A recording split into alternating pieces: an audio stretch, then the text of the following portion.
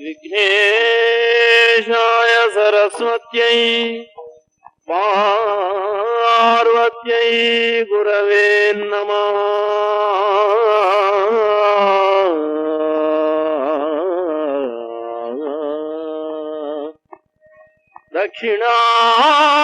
दक्षिणामूर्तिदेवानां सकलकार्य विजयी भव।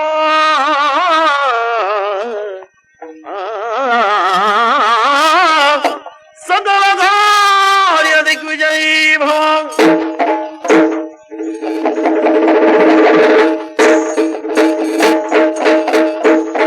ಸತ್ಯ ಶರ್ಮನು ತನ್ನ ಮಿತ್ರರಿವರಿಗೆಂದ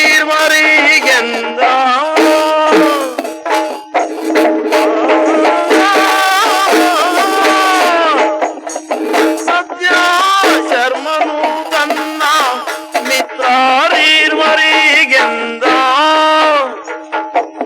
ಪೃಥ್ವೀಶ ಸುತರೆ ಕೇಳಿ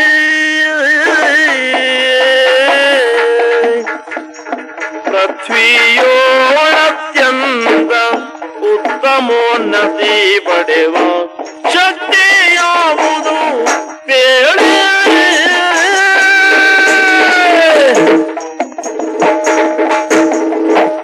ಆತ್ಮೀಯ ಕಪಿಲ ಕಾರ್ತಿಕರೇ, ಗೆಳೆಯ ಗುರುಗಳಾದಂತಹ ಜ್ಞಾನನಿಧಿಗಳ ಆಶ್ರಮದಲ್ಲಿ ನಾವು ಮೂವರು ಒಟ್ಟಿಗೆ ವಿದ್ಯಾಭ್ಯಾಸವನ್ನು ಮಾಡಿದವು. ಹೌದು, ಹಲವು ಸಮಯ ಕಳೆಯಿತು. ನಿನ್ನೆ ತಾನೇ ಗುರುಗಳು ನಮ್ಮನ್ನು ಕರೆದು ಹೇಳಿದ್ರು ಸಹಸ್ರಿ, ನೀವು ಈ ಹೊತ್ತು ವಿದ್ಯೆಯಲ್ಲಿ ನಿಷ್ಣಾತರಾಗಿದ್ದೀರಿ ಹೀಗೆ ಹೇಳಿದ್ರು. ಕ್ಷಾತ್ರಿಯ ಕುಮಾರರಾದಂತಹ ನಿಮಗೆ ಉತ್ತಮವಾದಂತಹ ಕ್ಷಾತ್ರಿಯೋಚಿತವಾದಂತಹ ವಿದ್ಯೆಯನ್ನು ಅವರು ಹೇಳಿಕೊಟ್ಟಿದ್ದಾರೆ. ಬ್ರಾಹ್ಮಣನಾದಂತಹ ನನಗೆ ಬೇಕಾದ ವಿದ್ಯೆಯನ್ನು ಅನುಗ್ರಹಿಸಿದ್ದಾರೆ. ಹೌದು, ಅವರಿಂದ ಅನುಗ್ರಹಿತರಾದಂತಹ ನಾವು ಈ ಹೊತ್ತು ನಮ್ಮ ಸ್ವಗ್ರಹಾಭಿಮುಖವಾಗಿ ನಾವು ಬರ್ತಾ ಇದ್ದೇವೆ. ಹೌದು, ನೋಡಿದ್ರ ಮಾರ್ಗ ಕವಲೊಡೆದಿದೆ. ಹೌದು, ಮಾಗಧದ ಅರಸ ಕುಮಾರ ಕಪಿಲ ನೀನು ನಿನ್ನ ಊರಿಗೆ ಹೊರಟು ನಿಂತವನು. ಹೌದು, ಹಾಗೆಯೇ ಆವಂತಿಯ ಅರಸ ಕುಮಾರನಾದಂತಹ ಕಾರ್ತಿಕ ನಿನ್ನ ಊರಿಗೆ ಹೊರಟು ನಿಂತಿದ್ದೀಯ. ಹೌದು, ನಾನು ನನ್ನೂರಿಗೆ ಹೋಗ್ತೇನೆ.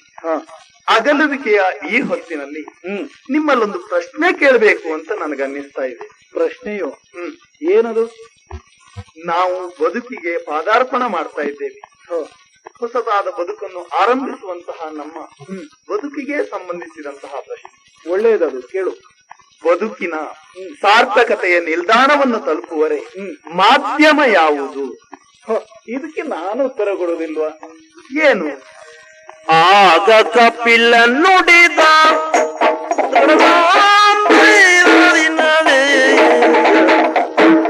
ಆಗ ಕಪಿಲ ನುಡಿದ ಲೋಕದಿ ತ್ಯಾಗ ಶ್ರೇಷ್ಠವೆಂದ ಲೋಕದಿ ತ್ಯಾಗ ಶ್ರೇಷ್ಠವೆಂದ ಭೋಗ ಭಾಗ್ಯ ಸುಖ ಶಾಂತಿಯ ನೀಡುವ ಭೋಗ ಭಾಗ್ಯ ಸುಖ ಶಾಂತಿಯ ನೀಡುವ ನಾಗವೇಣಿಯರು ತ್ಯಾಗ ಸಂಕೇತವು.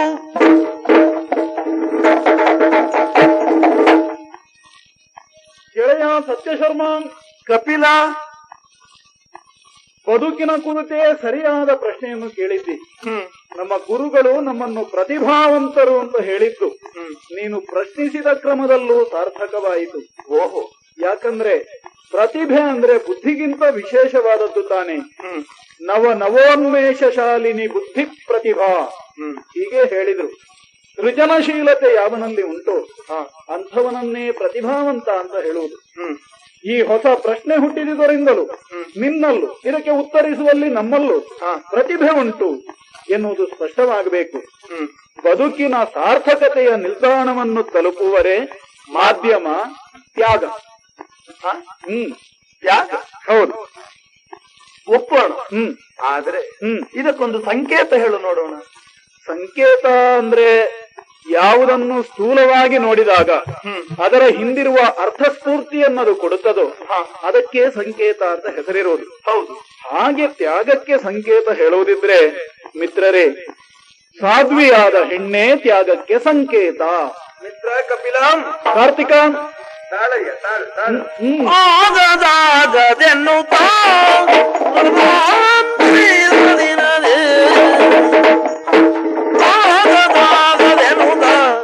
ಕಾರ್ತಿಕನಾಗ ನುಡಿದ ನಗುದ ಕಾರ್ತಿಕನಾಗ ನುಡಿದ ನಗುದ ಭೋಗ ಪ್ರತೀಕವೇ ವಂಚಕ ಸತಿಯರು ಭೋಗ ಪ್ರತೀಕವೇ ವಂಚಕ ಸತಿಯರು ಜಾಗ ವಿವೇಕ ವಿಚಾರವನರಿಯರು ಮಗಧೇಶ ಕುಮಾರ ಕಪಿಲ, ಗೆಳೆಯ ಕಾರ್ತಿಕ, ವೇದವಿಧನಾದಂತ ನಮ್ಮ ಆತ್ಮೀಯನಾದ ಈ ಸತ್ಯ ಸಂಬಂಧಿತ ಪ್ರಶ್ನೆಗೆ ಬದುಕಿನ ಸಾರ್ಥಕತೆಗೆ ಮಾಧ್ಯಮ ತ್ಯಾಗ ಎಂದು ಉಚ್ಚರಿಸಿದ ಈ ನಿನ್ನ ಅಭಿಪ್ರಾಯಕ್ಕೆ ನನ್ನದು ಪೂರ್ಣ ಸಹಮತವೇ. ಆದರೆ ಅದಕ್ಕೆ ಸಂಕೇತಪ್ರಾಯವಾಗಿ ಸಾಧ್ವಿಯಾದ ಹೆಣ್ಣು ಅಂತ ನೀನು ಹೇಳುತ್ತಿರುವುದರ ಬಗ್ಗೆ ಮಾತ್ರ ನನಗೊಂದು ಭಿನ್ನಾಭಿಪ್ರಾಯ ಹುಟ್ಟುತ್ತಿದೆ. ಏನದು? ಎಲ್ಲೋ ಬೆರಳಿಕೆಯ 4-6 ಸಾಧ್ಯರನ್ನು ಆಧರಿಸಿಕೊಂಡು ತ್ಯಾಗಕ್ಕೆ ಸಂಕೇತ ಹೆಣ್ಣು ಅಂತ ಹೇಳಿದ್ರು ತಪ್ಪಾಗುತ್ತದಯ್ಯ. ಬಹು ಸಂಖ್ಯಾತ ಹೆಣ್ಣು ಮಕ್ಕಳು ಕೇವಲ ಭೋಗಕ್ಕಾಗಿಯೇ ಇದ್ದವರು. ಹೆಣ್ಣು ಎನ್ನುವವಳಲ್ಲಿ ಸಾಧುತನ ಇರ್ತದೆ ಎನ್ನುವುದರ ಬಗೆಗೆ ನನಗೆ ಭರವಸೆ ಎಲ್ಲಿಂದೂ ಇಲ್ಲ. ಓಹೋ, ರಾಗ ದ್ವೇಷಾದಿಗಳನ್ನೆಲ್ಲ ಉಂಟು ಮಾಡಿ ಅದೆಷ್ಟು ಇತಿಹಾಸಗಳನ್ನೇ ಆಕೆ ಈ ಪ್ರಪಂಚದಲ್ಲಿ ಸ್ಥಾಪಿಸಿದ್ದಿಲ್ಲ. ಹೆಣ್ಣಿನಿಂದಾಗಿಯೇ ಕಲಹಗಳು, ಮನ ಕಷಾಯಗಳು ಏರ್ಪಟ್ಟುದಲ್ಲವೇ. ತನ್ನ ಅಸ್ತಿತ್ವ ಮಾತ್ರದಿಂದ ಲೋಕದ ಶಾಂತಿಯನ್ನೇ ಕೆಡಿಸುವಂತ ಹೆಣ್ಣಿನ ಬಗೆಗೆ ಯೋಚಿಸಿದ್ರೆ ಆಕೆ ಭೋಗಕ್ಕಾದಾಳೆ ಹೊರತು ತ್ಯಾಗಕ್ಕೆ ಸಂಕೇತ ಪ್ರಾಯಳಾಗಿ ಪರಿಣಮಿಸುವವಳು ಖಂಡಿತ ಅಲ್ಲ ಅಂತಲೇ ಅನ್ನಿಸ್ತದೆ. ಗೆಳೆಯ, ಒಂದಲ್ಲ ಎರಡಲ್ಲ, ಹೆಣ್ಣುಗಳ ಬಗೆಗೆ ಲೋಕವರಿತವರೆಲ್ಲ ಹೇಳಿದ ಹೀಗಳೆವ ಮಾತುಗಳನ್ನೆಲ್ಲ ಇದಕ್ಕೆ ದೃಷ್ಟಾಂತವಾಗಿಯೋ ಆಧಾರವಾಗಿಯೋ ಒದಗಿಸಬಹುದಾಗಿದೆ. ಅಂತಹದ್ರಲ್ಲಿ ತ್ಯಾಗಕ್ಕೆ ಸಂಕೇತ ಹೆಣ್ಣು ಸರ್ವಥಾ ಆಗುವಂತಿಲ್ಲ ಅನ್ನುವುದೇ ನನ್ನ ಅನುಭವ. ಗೆಳೆಯ, ನಿನ್ನ ಅನುಭವವೇ ಸಾರ್ವಕಾಲಿಕ ಸತ್ಯವೇನೋ ಅಲ್ಲವಲ್ಲ. ನಾನು ಕಂಡುಕೊಂಡ ದೃಷ್ಟಿಕೋನದಿಂದ ಹೇಳುವುದು, ಲೋಕದಲ್ಲಿ ಬಹುಸಂಖ್ಯಾತರಾದಂತಹ ಹೆಣ್ಮಕ್ಕಳು ಹೇಗಿದ್ದಾರೆ ಇಲ್ಲ ಎನ್ನುವುದು ನಮ್ಮ ಪ್ರಶ್ನೆಯೂ ಅಲ್ಲ, ಅದಕ್ಕೆ ಉತ್ತರಿಸುವ ಅವಶ್ಯಕತೆಯೂ ಇಲ್ಲ.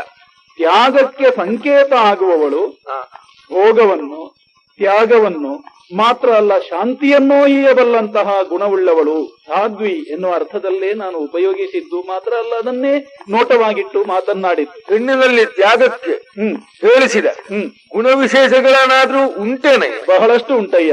ಏನುಂಟು? ಸ್ತ್ರೀ ಪುರುಷರಿರುವರು ಸಂಸಾರದಲ್ಲಿ ಅನುಭವಿಸುವಂತಹ ಸುಖದಲ್ಲಿ ಸರಿಪಾಲ್ಗೊಳ್ಳುತ್ತಾರೆ, ಆದ್ರೆ ಅದರಿಂದ ಬರಬಹುದಾದಂತಹ ಕಷ್ಟದಲ್ಲಿ ಪಾಲ್ಗೊಳ್ಳುವಂತಹ ದೇಹಸ್ಥಿತಿ ಇರುವುದು ಹೆಣ್ಣಾದವಳಿಗೆ ಮಾತ್ರ. ಅಂದರೆ ಗರ್ಭಧಾರಣೆಯಾದ ಪ್ರಥಮ ತಿಂಗಳಲ್ಲಿರುವಂತಹ ಗರ್ಭದ ಭಾರವು ಇಮ್ಮಡಿಸಿ ಮುಮ್ಮಡಿಸಿ ನವಮಾಸಗಳ ಪರ್ಯಂತ ಬೆಳೆಯುತ್ತದೆ.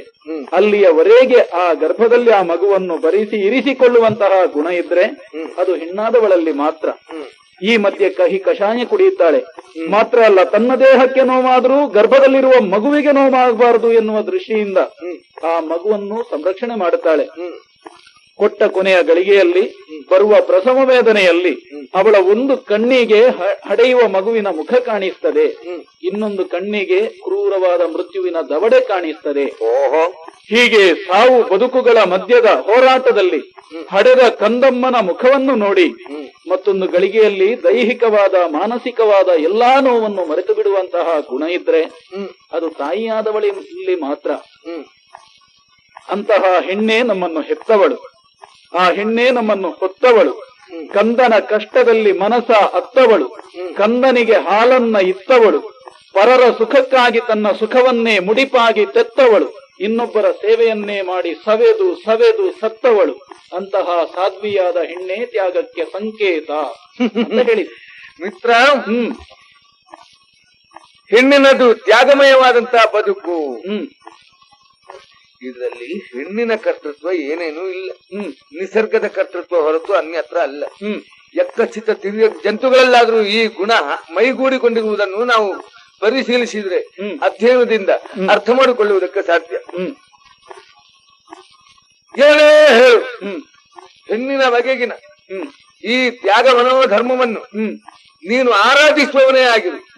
ಆದ್ರೆ ಹೆಣ್ಣಿನ ಬಗೆಗೆ ಕೇವಲ ಕುತ್ಸಿತ ಅಭಿಪ್ರಾಯವನ್ನೇ ನಾನು ತಳೆಯುವವನು ಗೆಳೆಯ. ಕೇವಲ ಭೋಗಕ್ಕೆ ಮಾತ್ರ ಸಂಕೇತ ಪ್ರಾಯಳಾಗಿ ಪರಿಣಮಿಸಬಲ್ಲಳು ಹೆಣ್ಣಾದವಳು. ಹಾಗಾಗುವುದಿಲ್ಲ ಮಿತ್ರ. ಯಾಕಿಲ್ಲ? ನೀನು ನಾನು ಒಂದೊಂದು ಅಭಿಪ್ರಾಯವನ್ನು ಹೇಳಬಹುದು, ಆದ್ರೆ ಸುದೀರ್ಘವಾದ ತಮ್ಮ ಜೀವನಾವಧಿಯಲ್ಲಿ ಜ್ಞಾನ ಭಂಡಾರವನ್ನೇ ಸೂರಗೊಂಡಂತಹ ಅದೆಷ್ಟೋ ಮಂದಿ ಋಷಿ ಮುನಿಗಳಾಡಿದಂತಹ ನುಡಿಯಿಲ್ವೇ? ಯತ್ರ ನಾರ್ಯಸ್ತು ಪೂಜ್ಯಂತೆ ರಮಂತೆ ತತ್ರ ದೇವತಾ. ಎಲ್ಲಿ ಸಾಧ್ವಿಯಾದ ಹೆಣ್ಣು ನಗುನಗುತ್ತಾ ಬದುಕುತ್ತಾ ಇರುತ್ತಾಳೋ ಅಂತಹ ಮನೆ ಅಂದ್ರೆ ದೇವತೆಗಳು ನರ್ತಿಸುವ ನಂದನವನವಾದೀತು. ಪುರುಷಸ್ಯ ಭಾಗ್ಯಂ ಸ್ತ್ರೀ ಚರಿತ್ರೇಣ. ಪುರುಷನ ಭಾಗ್ಯ ಎನ್ನುವ ಸೌಧಕ್ಕೆ ಹೆಣ್ಣಿನ ಚಾರಿತ್ರ್ಯವೇ ಅಡಿಗಲ್ಲಾಗಿರುತ್ತದೆ. ಇಂತಹ ಶಾಸ್ತ್ರವಾಕ್ಯಗಳನ್ನೆಲ್ಲ ಗುರುಮಠದಲ್ಲಿ ನೀನೂ ಒಪ್ಪಿ ಆಡುತ್ತಾ ಇದ್ದವನಲ್ವೇ? ಜ್ಞಾನನಿಧಿಗಳ ಮುಂದೆ ಇಷ್ಟನ್ನೂ ಒಪ್ಪಿ ಆಡುತ್ತಿದ್ದ ನೀನೇ ಅದಕ್ಕೆ ವಿರುದ್ಧವಾದಂತಹ ಭಾವವುಳ್ಳವನಾಗಿ ಅವರನ್ನು ವಿರೋಧಿಸುವುದಕ್ಕೆ ಮುಂದಾಗುತ್ತೆ ಅಂತಾದ್ರೆ, ಈ ವಿರುದ್ಧ ಭಾವ ನಿನ್ನಲ್ಲಿ ಬಲವಾಗಿ ಬೇರೂರಿ ಇರಬೇಕು ಅಂತಾದ್ರೆ ಇದಕ್ಕೆ ಪುಷ್ಟಿ ಕೊಡುವ ಬೇರೂರಿನ ಯಾವ ಕಥೆ ಕೇಳಿದ್ದಿ ನೀನು? ಸರಿಯಾಗಿ ಮೂಲಕ್ಕೆ ಪ್ರಶ್ನೆ ಇಟ್ಟೇನೆ. ಗುರುಮಠದಲ್ಲಿ ನಿನ್ನಂತೆ ನಾನು ಉರು ಹೊಡಿತಾ ಇದ್ದವನೇ. ಉಪದೇಶಕನ ಮನಸ್ಸಿಗೂ ಎಲ್ಲಿನಿಂತು ಬೇಸರವಾಗಬಾರದು ತಾನೆ. ಅಷ್ಟಕ್ಕೆ ಯತ್ರ ಏತಾಸ್ತು ನ ಪೂಜ್ಯಂತೆ ಸರ್ವಾಹ ತತ್ರ ಫಲಾಕ್ರಿಯಾ ಭವಂತು ಮನುಸ್ಮೃತಿಯನ್ನು ನಾನು ಉರು ಹೊಡೆದವನು. ಹೌದು. ಆದ್ರೆ ಅಂತರಂಗದ ಆಳದಲ್ಲಿ ತಾಯಿಯಾಗಿ ಹೆಣ್ಣಿನ ಬಗ್ಗೆ ಉಳಿದಂತ ಈ ದುರ್ಭಾವಕ್ಕೆ ಕಾರಣವಿಲ್ಲದಿಲ್ಲ. ಹೇಳ್ತೇನೆ, ಅದೊಂದು ದೊಡ್ಡ ಘಟನೆ. ಏನದು? ಇಂದು ನಿನ್ನೆಯದಲ್ಲ. ಅಂದ್ರೆ ಇಂದಿಗೆ 20 ವರ್ಷಗಳ ಹಿಂದೆ ನಮ್ಮೂರಿನಲ್ಲಿ ನಡೆದು ಹೋಗಿರಬಹುದಾದಂತಹ ಒಂದು ದುರ್ಘಟನೆ. ಓಹೋ. ಒಬ್ಬನೊಬ್ಬ ಕುಳ್ಳಪ್ಪ ಶೆಟ್ಟಿ ಎಂಬ ವ್ಯಾಪಾರಿ ನಮ್ಮ ಅವಂತಿ ನಗರದಲ್ಲಿದ್ದನಂತೆ. ಓಹೋ. ಬಾರಯ್ಯ, ಕುಳಿತುಕೋ, ಕೇಳ ಕಥೆಯನ್ನು. ಗುಳ್ಳ ಶ್ರೇಷ್ಠಿಯವರು ನಗರದ ಕಳ್ಳ,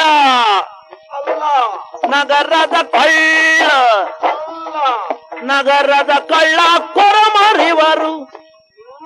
ಸುಳ್ಳು ಪೊಳ್ಳಿ ನೀವು ಧನವನ್ನು ಗಳಿಸಿ, ಸುಳ್ಳು ಪೊಳ್ಳಿ ನೀವು ಧನವನ್ನು ಗಳಿಸಿ ಕೊಳ್ಳನು ಬೆಳೆಸಿಯ ಕಳ್ಳ ಕದೀಮ. ಸುಳ್ಳು ಪೊಳ್ಳಿ ನೀವು ಧನವನ್ನು ಗಳಿಸುತ್ತ ಕೊಳ್ಳನು ಬೆಳೆಸಿಯ ಕಳ್ಳ ಕದೀಮ. ಕುಳ್ಳ ಶ್ರೇಷ್ಠಿಯವರು. ನಮಸ್ಕಾರ ಸ್ವಾಮಿ, ನನ್ನ ಪರಿಚಯ ಆಯ್ತಾ? ನಾವು ಗುಳ್ಳಪ್ಪ ಶೆಟ್ರು ಅಂತ ನಮ್ಮ ಹೆಸರು. ನಮ್ಮ ಅಪ್ಪಯ್ಯ ಮೊದಲು ಗುಳ್ಳದ ವ್ಯಾಪಾರ ಮಾಡ್ತಿದ್ರಂತೆ, ಅದೇ ಹೆಸರು ನಮಗೂ ಬಂತು. ಆದ್ರೆ ನಾನು ಹಾಗಲ್ಲ ಸ್ವಾಮಿ. ಅಪ್ಪ ಸತ್ತಾದ್ಮೇಲೆ ಆ ವ್ಯಾಪಾರವನ್ನು ಬಿಟ್ಟೆ, ದಿನಸಿ ವ್ಯಾಪಾರ ಮಾಡ್ಲಿಕ್ಕೆ ಶುರು ಮಾಡಿದೆ. ಆಮೇಲೆ ನೋಡಿ 3 ಮಾಳಿಗೆಯ ಮನೆ ನಾನು ಕಟ್ಟಿಸಿದ್ದು. ಸತ್ಯ ಹೇಳ್ಬೇಕಾ ಸ್ವಾಮಿ? ವ್ಯಾಪಾರದೆಲ್ಲ ಏನೆಲ್ಲ ಮಾಡ್ಲಿಕ್ಕುಂಟು ಅದನ್ನೆಲ್ಲ ಮಾಡಿ ಮುಗಿಸಿದ್ದೇನೆ. ಹೌದೌದು. ಈ ಹಿಟ್ಟಿಗೆ ಬೂದಿ ಬೆರೆಸಿ ಜನಗಳಿಗೆ ಕೊಡ್ಲಿಕ್ಕೆ ಶುರು ಮಾಡಿದೆ ನಾನು. ಜನಗಳು ದುಡ್ಡು ಕೊಟ್ಟು ಬೂದಿಯನ್ನು ತಿನ್ಬೇಕಂತ ವ್ಯವಸ್ಥೆಯನ್ನು ನಾವು ಮಾಡಿದ್ದೇವೆ. ಅಷ್ಟೇ ಅಲ್ಲ ನೋಡಿ, ಈ ಬೇರೆ ಬೇರೆ ಅಂಗಡಿಗಳನ್ನು ನಾನು ಮಾಡಿದ್ದೇನೆ. ದೂರದಿಂದ ಬಂದವರಿಗೆ ಉಳಕೊಳ್ಳುವವರ ವ್ಯವಸ್ಥೆ. ಹರಿಪ್ರಸಾದ್ ಮತ್ತು ಶಿವಪ್ರಸಾದ್ ಇದು ಎರಡೂ ನಮ್ದೇ ಸ್ವಾಮಿ. ಅದೆರಡು ನಿಮ್ದೇನಾ? ಹೌದೌದು. ಬಹಳ ಸಂತೋಷ. ಸದ್ಯಕ್ಕೆ ನಾವು ಅಲ್ಲಿಲ್ಲ, ಬೇರೆಯವರಿಗೆ ನಡೆಸಲಿಕ್ಕೆ ಕೊಟ್ಟಿದ್ದೇವೆ ಅಂತ ಇಟ್ಕೊಳ್ಳುವ. ಅಷ್ಟೇ ಅಲ್ಲ, ನ್ಯಾಯಬೆಲೆ ಅಂಗಡಿ ಅಂತ ನೋಡಿ ಇಲ್ಲಿ ಬರೆದು ಹಾಕಿದ್ದೇವೆ. ಏನಂದ್ರೆ ನ್ಯಾಯಬಾಲದ ಅಂಗಡಿ ಅಲ್ಲ ಸ್ವಾಮಿ, ನ್ಯಾಯಬೆಲೆ ಅಂಗಡಿ ಅಂತ ಬರೆದು ಹಾಕಿದ್ದೇವೆ. ಅದರ ಅರ್ಥ ಏನು ನಿಮ್ಗೆ ಗೊತ್ತಿಲ್ಲದ್ರು ನಮ್ಗೆ ಗೊತ್ತುಂಟು. ನ್ಯಾಯವಾದ ಬೆಲೆ ಸಿಕ್ಕಿದ್ರೆ ಅಂಗಡಿಯನ್ನೇ ಕೊಡ್ತೇವೆ ಎಂದು ಬರೆದು ಹಾಕಿದ್ದು. ಹೌದೌದು. ಹೀಗೆ ವ್ಯಾಪಾರದಲ್ಲಿ ಏನೆಲ್ಲ ಉಂಟೋ ಅದನ್ನೆಲ್ಲ ಮಾಡಿ ಮುಗಿಸಿದ್ದೇನೆ. ಆದ್ರೆ ನಿನ್ನೆ ದಿನ ಒಂದು ಘಟನೆ ನಡೆದೋಯ್ತು. ಅಂಗಡಿಗೆ ಬಾಗಿಲು ಹಾಕ್ಬೇಕು ಎನ್ನುವಷ್ಟರಲ್ಲೇ ಒಬ್ಬ ಬಂದ. ಶೆಟ್ರೆ ನಮಸ್ಕಾರ ಅಂತ ಹೇಳಿದ. ಒಂದು ರತ್ನಹಾರವನ್ನು ಕೊಟ್ಟ. ಇದನ್ನು ನೋಡಿದಾಗ್ಲೇ ನಾನು ಲೆಕ್ಕಾಚಾರ ಮಾಡಿದೆ. ಇದು ಹೇಗ್ ಬರ್ಬೇಕಿತ್ತು ಹಾಗೆ ಬರ್ಲಿಲ್ಲ, ಎಲ್ಲೋ ಕಳ್ಳನ್ ಮಗ ಹೊಡ್ಕೊಂಡು ಬಂದಿದ್ದಾನೆ ಅಂತ ತೀರ್ಮಾನ ಮಾಡಿದೆ. ನೋಡಿ ಎಷ್ಟು ಪಕ್ಕ ನಮಗ್ ಗೊತ್ತಾಯ್ತು. ಅವನಿಗೇನೋ ಒಂದಿಷ್ಟು ಕೊಟ್ಟೆ. ಇದನ್ನು ಹಿಡಿದು ನಾನು ಲೆಕ್ಕಾಚಾರ ಮಾಡಿದೆ. ಕೋಟ್ಯಾಧಿಪತಿ ಆಗ್ಬೇಕಂತ ತೀರ್ಮಾನ ಮಾಡಿ ಅದನ್ನು ಮಹಾರಾಜರಿಗೆ ತಗೊಂಡೋಗಿ ಕೊಟ್ಟೆ ಸ್ವಾಮಿ. ನನಗೆ ಬಹುಮಾನವನ್ನು ಕೊಟ್ಟಿದ್ದಾರೆ. ಹಾಗೆ ಈ ಬಹುಮಾನದ ಗಂಟನ್ನು ಹಿಡಿದುಕೊಂಡು ನಾನು ಇಲ್ಲಿಗೆ ಬಂದಿದ್ದೇನೆ. ಈಗ ಎಲ್ಲಿಗೆ ಹೊರಟಿದ್ದು ಅಂತ ತೀರ್ಮಾನ ಮಾಡಿದ್ದೀರಿ? ಅಂದ್ರೆ ನಾನು ದೇವಿ ಪೂಜೆಗೆ ಹೊರಟದ್ದು ಸ್ವಾಮಿ. ಹೌದು. ಪೂಜೆ ಅಂದ್ರೆ ಗೊತ್ತಾಗ್ಲಿಲ್ಲ ನಿಮ್ಗೆ? ನಾವು ಹೋಗುವ ದೇವಿದ್ದಲ್ಲಿಗೆ ಹೂ ಹಣ್ಣು ಬೇಕಾಗಿಲ್ಲ, ಈಚೆ ಗಟ್ಟಿದ್ರೆ ಸಾಕು ಸ್ವಾಮಿ. ಅಂದ್ರೆ ಮಹಿಳೆಯರ ಸ್ವಯಂ ಉದ್ಯೋಗ ಸಂಸ್ಥೆ ಇದ್ದಲ್ಲಿಗೆ ನಾನು ಹೊರಟದ್ದು ಈಗ. ಹೌದಾ? ಹೌದೌದು, ನಾನು ಒಬ್ಬಳನ್ನು ಇಟ್ಟುಕೊಂಡಿದ್ದೇನೆ. ಹೌದು, ನಾನು ಒಬ್ಬಳನ್ನು ಇಟ್ಟುಕೊಂಡಿದ್ದೇನೆ ಅಂತ. ಸ್ವಂತ ಕಾಯಂ. ನಾನು ಹೋಗುವಾಗ ನನಗೆ ಸ್ವಂತ. ನಾನು ಹೊರಗೆ ಬಂದ್ಮೇಲೆ ಯಾರಿಗೂ ಗೊತ್ತು? ನಾನು ಹೋಗುವ ಸಂಖ್ಯೆ ಯಾರಿಗೂ ಗೊತ್ತಿಲ್ಲ ಸ್ವಾಮಿ. ಅಂಗಡಿಗೆ ಬಾಗಿಲ ಹಾಕಿ ಹಾಸಿಗೆ ಬಿಚ್ಚುವುದು ಮನೆಯಲ್ಲಿ, ಇರುವುದು ಅಲ್ಲಿ, ಪುನಃ ಬೆಳಿಗ್ಗೆ ಹಾಸಿಗೆ ಬಿಚ್ಚುವುದು ನನ್ನ ಮನೆಯಲ್ಲಿ. ಇದು ಶೆಟ್ರ ಗತ್ತು ಸ್ವಾಮಿ. ಈ ಗತ್ತನ್ನು ಇವತ್ತಿಗೂ ನಾನು ಉಳಿಸಿಕೊಂಡಿದ್ದೇನೆ. ನಿಮ್ಮ ಹತ್ರ ಮಾತಾಡ್ತಾ ಸಮಯ ಹಾಳು ಮಾಡುದು ಸರಿಯಲ್ಲ. ಅತಿ ತ್ವರಿತ ಗತಿಯಲ್ಲಿ ಹೋಗ್ಬೇಕು. ಕೈ ಹಾಕಿ.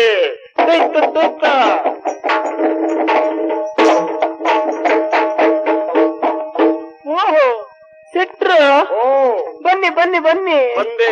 ಕುಳಿತುಕೊಳ್ಳಿ. ಸಿಟ್ರೆ, ನಿಮ್ಮ ಆರೋಗ್ಯ ಹೇಗುಂಟು? ತೊಂದ್ರೆ ಇಲ್ಲ, ಸುಧಾರಿಸಿಕೊಳ್ತಾ ಇದ್ದೇನೆ. ನಿಮ್ಮ ಅಂಗಡಿ ವ್ಯಾಪಾರ ಹೇಗುಂಟು? ತೊಂದ್ರೆ ಇಲ್ಲ. ಇಲ್ಲಿ ಬರ್ಲಿಕ್ಕೆ ಶುರು ಮಾಡಿದ ಮೇಲೆ ಒಂದು ಕಾಯಿ ಅಂಗಡಿಗೆ ಬಾಗಿಲು ಹಾಕಿದ್ದೇನೆ. ಯಾಕೆ? ಅಲ್ಲ, ಹೇಳಿದ್ದು ವಿಷಯ. ನಿಮ್ಮ ಮೆಟ್ಟಿನ ಅಂಗಡಿ ವ್ಯಾಪಾರ ಹೇಗುಂಟು? ನಿನಗೆ ಮೆಟ್ಟಬೇಕಾ? ನಿನಗೆ ಮೆಟ್ಟಬೇಕಾ? ಏನು ಸೆಟ್ರೆ? ಅಲ್ಲ, ಕಾಲಿಗೆ ಹಾಕ್ಲಿಕ್ಕೆ ಹೊಸ ಮೆಟ್ಟು ಬೇಕಾ ಅಂತ ಕೇಳಿದ್ದು. ಹೌದು, ಹೊಸ ಮೆಟ್ಟು ಬೇಕಿತ್ತು ಸೆಟ್ರೆ. ಹೌದಾ? ಏನು? ಕಪ್ಪನೆ ಕಾಣುತ್ತ ಬೆಚ್ಚಿದ ಶೆಟ್ಟಿ, ದಿವ್ಯಾಭರಣವ ಧರಿಸಿಯ ಕೊರಳನು ಗಪ್ಪನೆ ಕಾಣುತ್ತ ಬೆಚ್ಚಿದ ಶೆಟ್ಟಿ, ಉಳ್ಳ ಶ್ರೇಷ್ಠಿಯವರು. ಬೆಟ್ಟು ಬೇರೆ ಕಾಣ್ತಾ ಇದೆ. ಯಾರದಿದು? ಬಾಯಿಲಿ ಮಂಜರಿ. ಏನು? ಅಲ್ಲಿ ಮೆಟ್ಟು ಕಾಣ್ತಾ ಇದೆಯಲ್ಲ, ಯಾರ್ದದು? ಓ ಶೆಟ್ರೆ, ಅಯ್ಯೋ, ಈಗ ಹೊಸ ಮೆಟ್ಟು ಹಾಕ್ಲಿ ಪ್ರಾರಂಭ ಮಾಡಿದ್ದೀರಾ ನೀವು? ಯಾರು? ನೀವು. ಶೆಟ್ರು ಜೀವಮಾನದಲ್ಲಿ ಯಾವತ್ತಾದ್ರೂ ಹೊಸ ಮೆಟ್ಟು ಹಾಕಿದ್ದುಂಟಾ?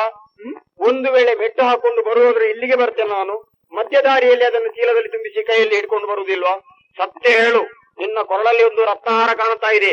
ಆ ರತ್ನಹಾರ ನಿನಗೆ ಯಾರು ಕೊಟ್ಟದ್ದು? ಇಲ್ಲಿರುವ ಮೆಟ್ಟು ಯಾರದ್ದು? ಏನಿದರ ಗುಟ್ಟು ಹೇಳು. ಶೆಟ್ರೆ, ಏನು ಜೋರಾಯ್ತು? ಏನು ತುಂಬಾ ಜೋರಾಯ್ತು ನಿಮ್ದು? ಏನು ಜೋರು? ಅಬ್ಬಬ್ಬ, ಹಾರ ಯಾರದ್ದು, ಮೆಟ್ಟು ಯಾರದ್ದು? ನೀವು ಒಬ್ರೇ ಅಲ್ಲ ನನ್ನ ಮನೆಗೆ ಬರುದೇನು? ಅಂದ್ರೆ ನಿಮ್ಮಂತೆ ಗಣ್ಯ ವ್ಯಕ್ತಿಗಳು ಎಷ್ಟೋ ಮಂದಿ ಬರ್ತಾರೆ. ಅಂದ್ರೆ ಯಾರು? ಇಲ್ಲಿಯ 1000 ಕುದುರೆಯ ಸರದಾರ ಮದನ ಕೊಟ್ಟದ್ದು ಯಾರ? ಹೌದಾ? ಮದನ? ನಿನಗೆ ಮದನ ಕೊಟ್ಟನ? ಹೌದು. ಯಾಕೆ ಕೊಟ್ಟ? ನನ್ನ ಮೇಲಿನ ಪ್ರೀತಿಗಾಗಿ. ಹೌದಾ? ನಿನಗೆ ಮದನ ಕೊಟ್ನ? ಸರಿ ಸರಿ, ನೋಡ್ತೀನಿ. ನಾನು ಮಹಾರಾಜರಿಗೆ ರತ್ನಖಚಿತವಾದಂತಹ ಹಾರವನ್ನು ಕೊಟ್ಟದ್ದು. ಮಹಾರಾಜರು ರಾಣಿಗೆ ಕೊಟ್ಟ ಹಾರ ಆ ಸರದಾರನ ಕೈಗೆ ಬಂದು ಇವಳ ಕೊರಳಿಗೆ ಹೇಗೆ ಬಂತು? ಈ ವಿಷಯವನ್ನು ಮಹಾರಾಜರಲ್ಲಿ ಕೇಳುತ್ತೇನೆ. ಮಿತ್ರ ಕಪಿಲ, ಗೆಳೆಯ, ಕಾಣಿಕೆಯಾಗಿ ಪಡೆದಂತ ಹಾರ ಮುಂದೊಂದು ದಿನ ಊರ ವೇಶ್ಯೆಯ ಕೊರಳಲ್ಲಿ ಹೋಗಿ ಬೀಳುವುದಕ್ಕೆ ಕಾರಣವೇನಿದ್ದಿರಬಹುದು ಎನ್ನುವುದರ ವಿಚಾರ ವಿಮರ್ಶೆಯನ್ನು ನಡೆಸಿದ ನನ್ನ ಅಪ್ಪನಿಗೆ ನನ್ನ ಚಿಕ್ಕಮ್ಮ ನಡೆಸಿದ ಆದರದ ವ್ಯವಹಾರವೆಲ್ಲ ತಿಳಿದು ತಾನು ಪ್ರೀತಿಯಿಂದ ತನ್ನ ಕಿರಿಯ ಮಡದಿಗೆ ಕೊಟ್ರೆ ಆಕೆ ತನ್ನ ವಿಟನಾದ ಮದನನೆಂಬ ಸವಾರನಿಗೆ, ಕುದುರೆಯ ಸರದಾರನಿಗೆ ಕೊಟ್ಟು ಆ ಮೂಲಕ ಅದು ಮಂಜರಿಯನ್ನು ಸೇರುವ ಹಾಗೆ ಮಾಡಿದ ನಿಜ ವೃತ್ತಾಂತ ತಿಳಿದಾಗ ನನ್ನಪ್ಪ ಕ್ರುದ್ಧನಾದ. ರುದ್ಧನ ತನ್ನ ಹೆಂಡತಿಯ ಹಾದರದ ಕುರಿತಾಗಿ ಯಾವ ತಂದೆಯಾದ್ರೂ ತನ್ನ ಮಗನಲ್ಲಿ ತಿಳಿಯಪಡಿಸುವುದುಂಟೆ? ಬುದ್ಧಿ ಬಲಿಯುತ್ತಿರುವ ಆ ಕಾಲದಲ್ಲಿ ಗುರುಕುಲಕ್ಕೆ ನಾನು ಕಳುಹಲ್ಪಡುತ್ತಿರುವಾಗ ನನ್ನಪ್ಪ ಒಂದು ಮಾತನ್ನು ಹೇಳಿದ್ದೆ. ಈ ಪ್ರಪಂಚದಲ್ಲಿ ಏನನ್ನಾದ್ರೂ ಯಾರನ್ನಾದ್ರೂ ನಂಬಬಹುದು ಮಗುವೆ, ಆದ್ರೆ ಹೆಣ್ಣಾದವಳನ್ನು ಮಾತ್ರ ಸರ್ವದಾ ನಂಬದಿರು. ಬಲಿಯುತ್ತಿರುವ ಬುದ್ಧಿಯ ನಾನು ಆ ಕುರಿತು ಪ್ರಶ್ನಿಸಿದಾಗ ಈ ಕಥೆಯನ್ನು ಸಂಕ್ಷಿಪ್ತವಾಗಿ ಹೇಳಿದ್ದ ನನ್ನಪ್ಪ. ಹೇಳುವಾಗ ಅವನ ಮನದಾಳದಲ್ಲಿ ನಡೆದಿರಬಹುದಾದ ತುಮುಲವೆಟ್ಟು ಅದನ್ನು ಈಗ ಅರ್ಥೈಸಿಕೊಳ್ಳುವುದಕ್ಕೆ ನಾನು ಶಕ್ತನಾದವನು. ಮಿತ್ರ ಕಪಿಲ, ಹಿಂಗಳೆಯರ ಬಗೆಗೆ ಇಂಥ ಜಿಗುಪ್ಸಾ ಭಾವ ನನಗೆ ಎಳವರೆಯದಲ್ಲೇ ಸ್ಥಾಪಿತವಾದುದು, ನನ್ನ ಹೃದಯದಲ್ಲಿ ಸ್ಥಾಯಿಯಾಗಿ ಉಳಿದ್ರು. ಅಂತಹದ್ರಲ್ಲಿ ಎಷ್ಟೇ ವಿವರಣೆಯನ್ನು ಕೊಟ್ಟರು, ಎಷ್ಟೇ ಸಮರ್ಥನಗಳನ್ನು ನೀಡಿದ್ರು, ತ್ಯಾಗಕ್ಕೆ ಹೆಣ್ಣು ಸಂಕೇತ ಪ್ರಾಯಳು ಎನ್ನುವ ನಿನ್ನ ಈ ಅಭಿಮತವನ್ನು ನಾನು ಒಪ್ಪುವುದಕ್ಕೆ ಹೇಗೆ ತಾನೇ ಸಾಧ್ಯ ಹೇಳು? ನೀನು ಹೇಳಿದ ಕಥೆಯನ್ನಷ್ಟು ಕೇಳಿದೆ, ಕೇಳಿದ್ದಷ್ಟೇ ಏನು, ನಮ್ಮ ಕಣ್ಣಿದಿರಿಗೆ ಕಂಡಂತಾಯಿತು ನೀನು ಹೇಳಿದ ರೀತಿಯಲ್ಲಿ. ಆದ್ರೆ ಅವಳು ಒಬ್ಬಳಲ್ಲವೇ ಹಾಗೆ ಮಾಡಿದವಳು. ಹೌದು, ಜಾರೆಯೋರ್ವಳ ಕಂಡು ನಾರಿ ವೃಂದವನೆಲ್ಲ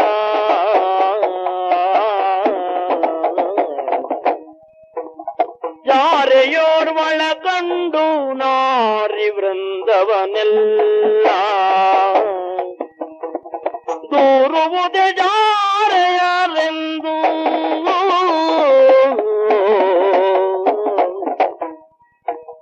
ವೀರನಿ ಮನದಾಂಬೆ ಮೀರಿಲ್ಲ ಆಯುಷ್ಯ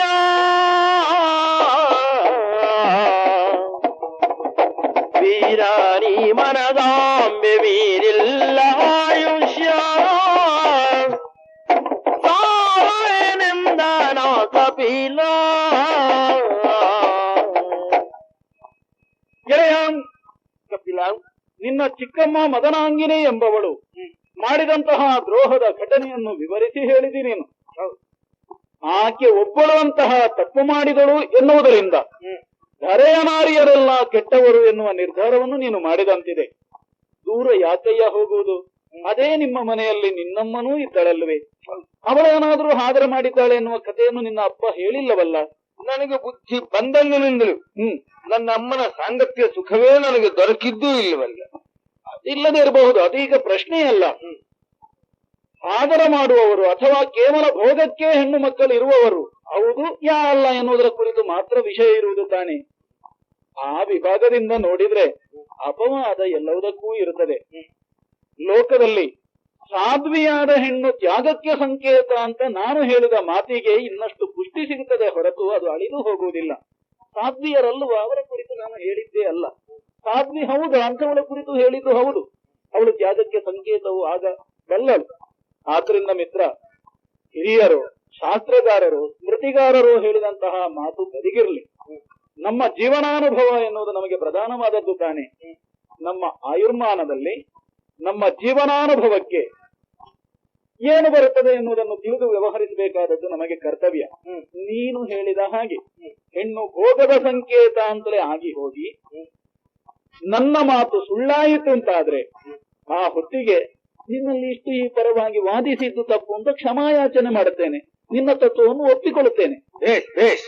ಕಪಿಲ, ಇದು ಮಾತು. ಸಾಧ್ವಿಯಾದಂತ ಹೆಣ್ಣು ತ್ಯಾಗಕ್ಕೆ ಸಂಕೇತ, ಆ ವಾಕ್ಯವನ್ನು ಒಪ್ಪಬಹುದು. ಆದ್ರೆ ನನ್ನ ಆಕ್ಷೇಪ ಇರುವುದು ಎಲ್ಲಿ ಬಲ್ಲೆಯ? ಹೆಣ್ಣು ಜಾತಿಯಲ್ಲೇ ಸಾಧ್ವಿಯರು ಈ ಲೋಕದಲ್ಲಿ ಇನ್ನು ಬರುವ ದಿನಗಳಲ್ಲಿ ಅಥವಾ ವರ್ತಮಾನ ಕಾಲದಲ್ಲಿ ದುರ್ಲಭರು ಅಲ್ಲ, ಅಲಭ್ಯರು.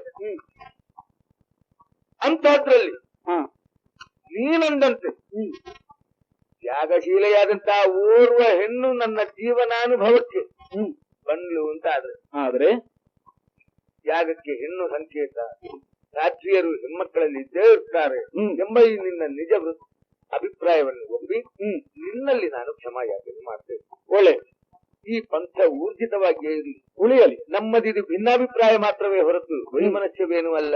ಅಲ್ಲವೇ ಅಲ್ಲ, ಅಭಿಪ್ರಾಯ ಬೇಡ. ಆದ್ರಿಂದ ನಮ್ಮ ಸ್ನೇಹ ಮಾತ್ರ ಶಾಶ್ವತವಾಗಿರಿ.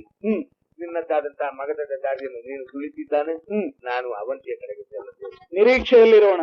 ಸ್ಪಷ್ಟಮಗ್ರೇ ಭವಿಷ್ಯತಿ. ಓಹೋ ಗೆಳೆಯರೇ, ಹಾಗಿದ್ರೆ ನಾವು ನಮ್ಮ ಊರಿಗೆ ಸೇರಿಕೊಳ್ಳೋಣ. ಹೊರಡೋಣ. ನಮಸ್ಕಾರ ಮಿತ್ರ, ಬರ್ತೇವೆ.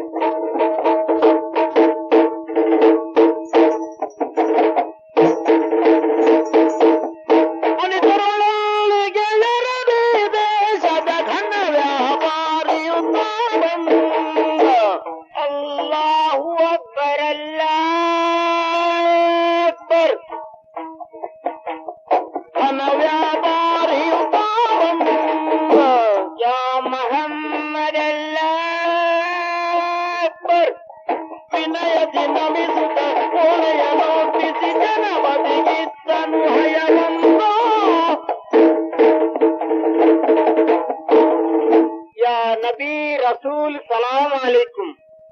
अरे बात करो ना। अरे क्या मुंह देखते है? ನಮ್ದುಕೆ ಭಾಷೆ ನಿಮ್ದುಕೆ नहीं आता है? ಅರೆ ನಿಮ್ದುಕೆ ಕನ್ನಡಿ ಮೇಲೆ ನಾನು ಬೋಲ್ತದೆ. ಕನ್ನಡಿ ಅಲ್ವ, ಕರ್ನಾಟಕ ಕನ್ನಡ, ಕಸ್ತೂರಿ ಕನ್ನಡ. ಅದೇ ಕಸ್ತೂರಿ ಕನ್ನಡಮೇ ಬೋಲ್ತದೆ. ನೀವು ಜನ ಯಾರು ಉಂಟು, ನೀವು ಜನ ಹಿಂದೂ ಉಂಟು. ನಾವು ಜನ ಯಾರು ಉಂಟು, ನಾವು ಮುಂದೆ ಉಂಟು. ನೀವು ಹಿಂದೂ ನಾವು ಮುಂದೆ ಯಾಕೆ ಹೋಯ್ತು ನಿಮ್ಗೆ ಗೊತ್ತುಂಟು? ನೀವು ಮುಂದಿನಿಂದ ಹಿಂದೆ ಹಿಂದೆ ಬರೀತದೆ ಅದಕ್ಕೆ ಹಿಂದೂ ಆಯ್ತು. ನಾವು ಹಿಂದಿನಿಂದ ಮುಂದೆ ಮುಂದೆ ಬರೀತದೆ ಅದಕ್ಕೆ ಮುಸಲ್ಮಾನ ಆಯ್ತು. ಮತ್ತೆ ನಿಮ್ದಕ್ಕೆ ಒಂದು ಗಾದೆ ಉಂಟು, ನಿಮ್ದಕ್ಕೆ ದೇವರು ಉಂಟು. ನಿಮ್ದಕ್ಕೆ ದೇವರು ಈಶ್ವರಣ್ಣ ಉಂಟು, ನಿಮ್ದಕ್ಕೆ ದೇವರು ಗಣಪಣ್ಣ ಉಂಟು, ನಿಮ್ದಕ್ಕೆ ದೇವರು ಹನುಮಂತ ಉಂಟು. ನೀವು ನಿಮ್ದುಕ ದೇವಸ್ಥಾನಕ್ಕೆ ಹೋಗ್ತದೆ, ಈಶ್ವರಣ್ಣ ಸುಖ ಕೊಡು, ಗಣಪಣ್ಣ ಸುಖ ಕೊಡು ಅಂತ ಹೇಳ್ತದೆ. ನಿಮ್ಮ ದೇವರು ಏನು ಮಾಡ್ತದೆ ಗೊತ್ತು ಉಂಟು? ಆ ದೇವರು ಕೊಡ್ತಾ ಅಂತ ಹೇಳಿ ಈ ದೇವರು ಕಾಯ್ತದೆ, ಈ ದೇವರು ಕೊಡ್ತಾ ಅಂತ ಹೇಳಿ ಆ ದೇವರು ಕಾಯ್ತದೆ. ಅವರು ಜಗಳ ಮಾಡ್ತದೆ, ಏನು ಸಿಗದೆ ನೀವು ಲಗಾಡಿ ಹೋಗ್ತದೆ. ಅಪ್ನಾ ಭಗವಾನ್ ಐಸಾ ನೀ, ಅಪ್ನಾ ಭಗವಾನ್ ಏಕ್ ಹಿ ಹೈ, ಅಲ್ಲಾಹಿಲ್ಲಾಹಿ ಇಲ್ಲಲ್ಲಾ ಮೊಹಮ್ಮದ್ ರಸೂಲ್ಲಾ. ನಾವು ನಮ್ಮ ಅಲ್ಲನ ಹತ್ರ ಹೋಗ್ತದೆ, ಕೈಯನ್ನು ಹೀಗೆ ಹಿಡಿತದೆ, ಅಲ್ಲಾಹು ಅಕ್ಬರ್ ಅಲ್ಲಾಹ್ ಅಕ್ಬರ್ ಅಂತ ಜೋರಾಗಿ ಕೂಗ್ತದೆ. ನಮ್ಮ ಅಲ್ಲ ಬರ್ತದೆ, ನಮ್ಗೆ ಕೊಡ್ತದೆ, ನಾವು ಜೀವನ್ಮೇ ಉದ್ಧಾರ ಆಗ್ತದೆ. ಒಂದು ವೇಳೆ ಬರ್ದಿದ್ರೆ ನಾವು ಏನ್ ಮಾಡ್ತದೆ, ಪುನಃ 2 ಬೆರಳನ್ನು ಕಿವಿಗೆ ಹಿಡಿತದೆ, ಅಲ್ಲಾಹು ಅಕ್ಬರ್ ಅಲ್ಲಾಹ್ ಅಕ್ಬರ್ ಯಾ ರಸೂಲ್ ಮೊಹಮ್ಮದ್ ಅಲ್ಲಾಹ್ ಅಕ್ಬರ್ ಆಲಿ ಅಮ್ಮರುಳೆಲ್ಲ ನ್ಯಾಯಪರ ದಂಡ ಲೇಂಡರಿ ಅಲ್ಲಾಹ್ ಅಕ್ಬರ್ ಅಂತ ಜೋರಾಗಿ ಕೂಗ್ತದೆ. ನಮ್ಮ ಅಲ್ಲ ನಮ್ಗೆ ಕೊಡ್ತದೆ, ನಾವು ಜೀವನ್ಮೇ ಉದ್ಧಾರ ಹೋಗ್ತದೆ. ಅದಕ್ಕೆ ನಾವು ಮುಂದು ಮುಸಲ್ಮಾನ ಆಯ್ತು, ನೀವು ಹಿಂದೆ ಬಿದ್ದ ಜನ ಹಿಂದೂ ಆಯ್ತು. ಮತ್ತು ಒಂದುಂಟು, ನಿಮ್ದಕ್ಕೆ ಊರಿನಲ್ಲಿ ಜಾತ್ರೆ ಗೀತ್ರೆ ನಡೀತದೆ, ಜಾತ್ರೆ ಮೇ ನಿಮ್ದು ಚೌಕ್ರಿ ಆತ. ಚೌಕ್ರಿ ಕಣ್ಣು ಮುಖ ಕೈ ಕಾಲು ಎಲ್ಲ ಕಾಣ್ತದೆ. ಚೌಕ್ರಿಯನ್ನು ನೀವು ನೋಡ್ತದೆ, ತಮಾಷೆ ಮಾಡ್ತದೆ. ಅಮಾಸೆ ಅಲ್ಲ ತಮಾಷೆ. ಅದೇ ತಮಾಷೆ ಮಾಡ್ತದೆ, ನೀವು ಮನೆಗೆ ಹೋಗ್ತದೆ. ಯಾಕೆ? ನೀವು ಜೀವನದಲ್ಲಿ ಉದ್ಧಾರ ಆಗುದಿಲ್ಲ ತಮಾಷೆ ಮಾಡಿದ್ರಿಂದ. ನಾವು ನಮ್ಮ ಮಸೀದಿಗೆ ನಮ್ಮ ಚೌಕ್ರಿಯನ್ನು ಕರ್ಕೊಂಡು ಹೋಗುದಿಲ್ಲ. ಚೌಕ್ರಿಗೆ ಹೋಗುವಾಗ ಏನ್ ಮಾಡ್ತದೆ, ನಾವು ಮುಸ್ಕು ಆಗ್ತದೆ. ಯಾಕೆ ಗೊತ್ತುಂಟಾ? ಯಾಕೆ? ನಮ್ಗೆ ಗೊತ್ತುಂಟು, ಅದು ನಿಮ್ಗೆ ಗೊತ್ತಿಲ್ಲ. ನಮಗ್ ಗೊತ್ತುಂಟು. ಯಾಕೆ? ನಿಮ್ಮ ಹುಡುಗಿರ ಮೇಲೆ ನಿಮಗೆ ವಿಶ್ವಾಸ ಇಲ್ಲ. ಐಸಾನಿ ನಮ್ದು ಚೌಕ್ರಿನ ಯಾರು ನೋಡ್ಬಾರ್ದು ಅಂತೇಳಿ ನಾವು ಮುಸ್ಕು ಆಗ್ತದೆ. ನಮ್ಮ ಚೌಕ್ರಿ ಮಾತ್ರ ಯಾರನ್ನೂ ನೋಡ್ಬಾರ್ದು, ನಮ್ಮ ಚೌಕ್ರಿಯನ್ನು ಯಾರು ನೋಡ್ಬಾರ್ದು. ನಮ್ಮ ಚೌಕ್ರಿ ಮಾತ್ರ ಮುಸ್ಕಿಂದ ಒಳಗೆ ಎಲ್ಲರನ್ನೂ ನೋಡ್ತದೆ. ದುರ್ಬುದ್ಧಿ ಪಿಂಡ. ಐಸಾನಿ ಅದು ನಡಿಲಿಕ್ಕೆ ದಾರಿ ಬೇಕಲ್ಲ, ಅದಕ್ಕೆ ನೋಡ್ತದೆ. ನಿಮ್ಮ ಹತ್ರ ಮಾತಾಡ್ತಾ ಕೂತ್ರೆ ನಾನು ಬಂದ ಕೆಲಸ ಆಗುವುದಿಲ್ಲ, ನಾನು ಅಲ್ಲಿಗೆ ಹೋಗ್ಬೇಕು, ಹೋಗ್ತದೆ. ರುದ್ರಾನಂದ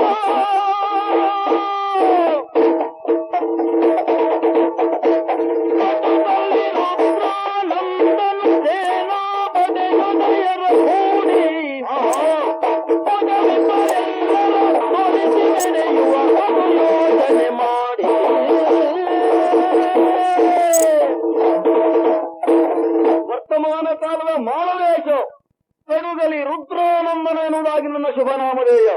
ನನ್ನ ದೇಶದಲ್ಲಿ ನಿತ್ಯ ತೃಪ್ತರು, ನಿತ್ಯ ಸುಖಿಗಳು. ರಾಜಕೀಯ ಯಾವ ಸಮಸ್ಯೆಯೂ ಇಲ್ಲ. ಯಾವನೋ ಒಬ್ಬ ಯವನನ್ನು ನನ್ನ ಕಾಣಬೇಕು ಅಂತ ಬಂದಿದ್ದಾನಂತೆ. ಯಾರಲ್ಲಿ? ಅವನನ್ನ ಕಳುಹಿ ಒಳಗಡೆ. ಸಲಾಮ್ ಅಲೈಕುಂ. ಒಳ್ಳೇದಾಗ್ಲಿ. ಯಾರೋ ನೀನು?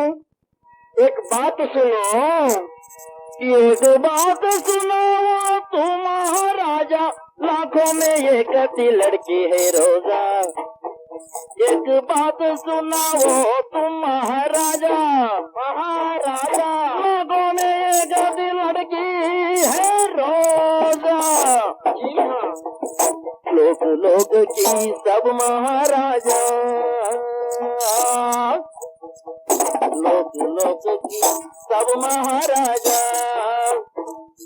उनको अकेला करते अंदाज, उनको अकेला करते अंदाज.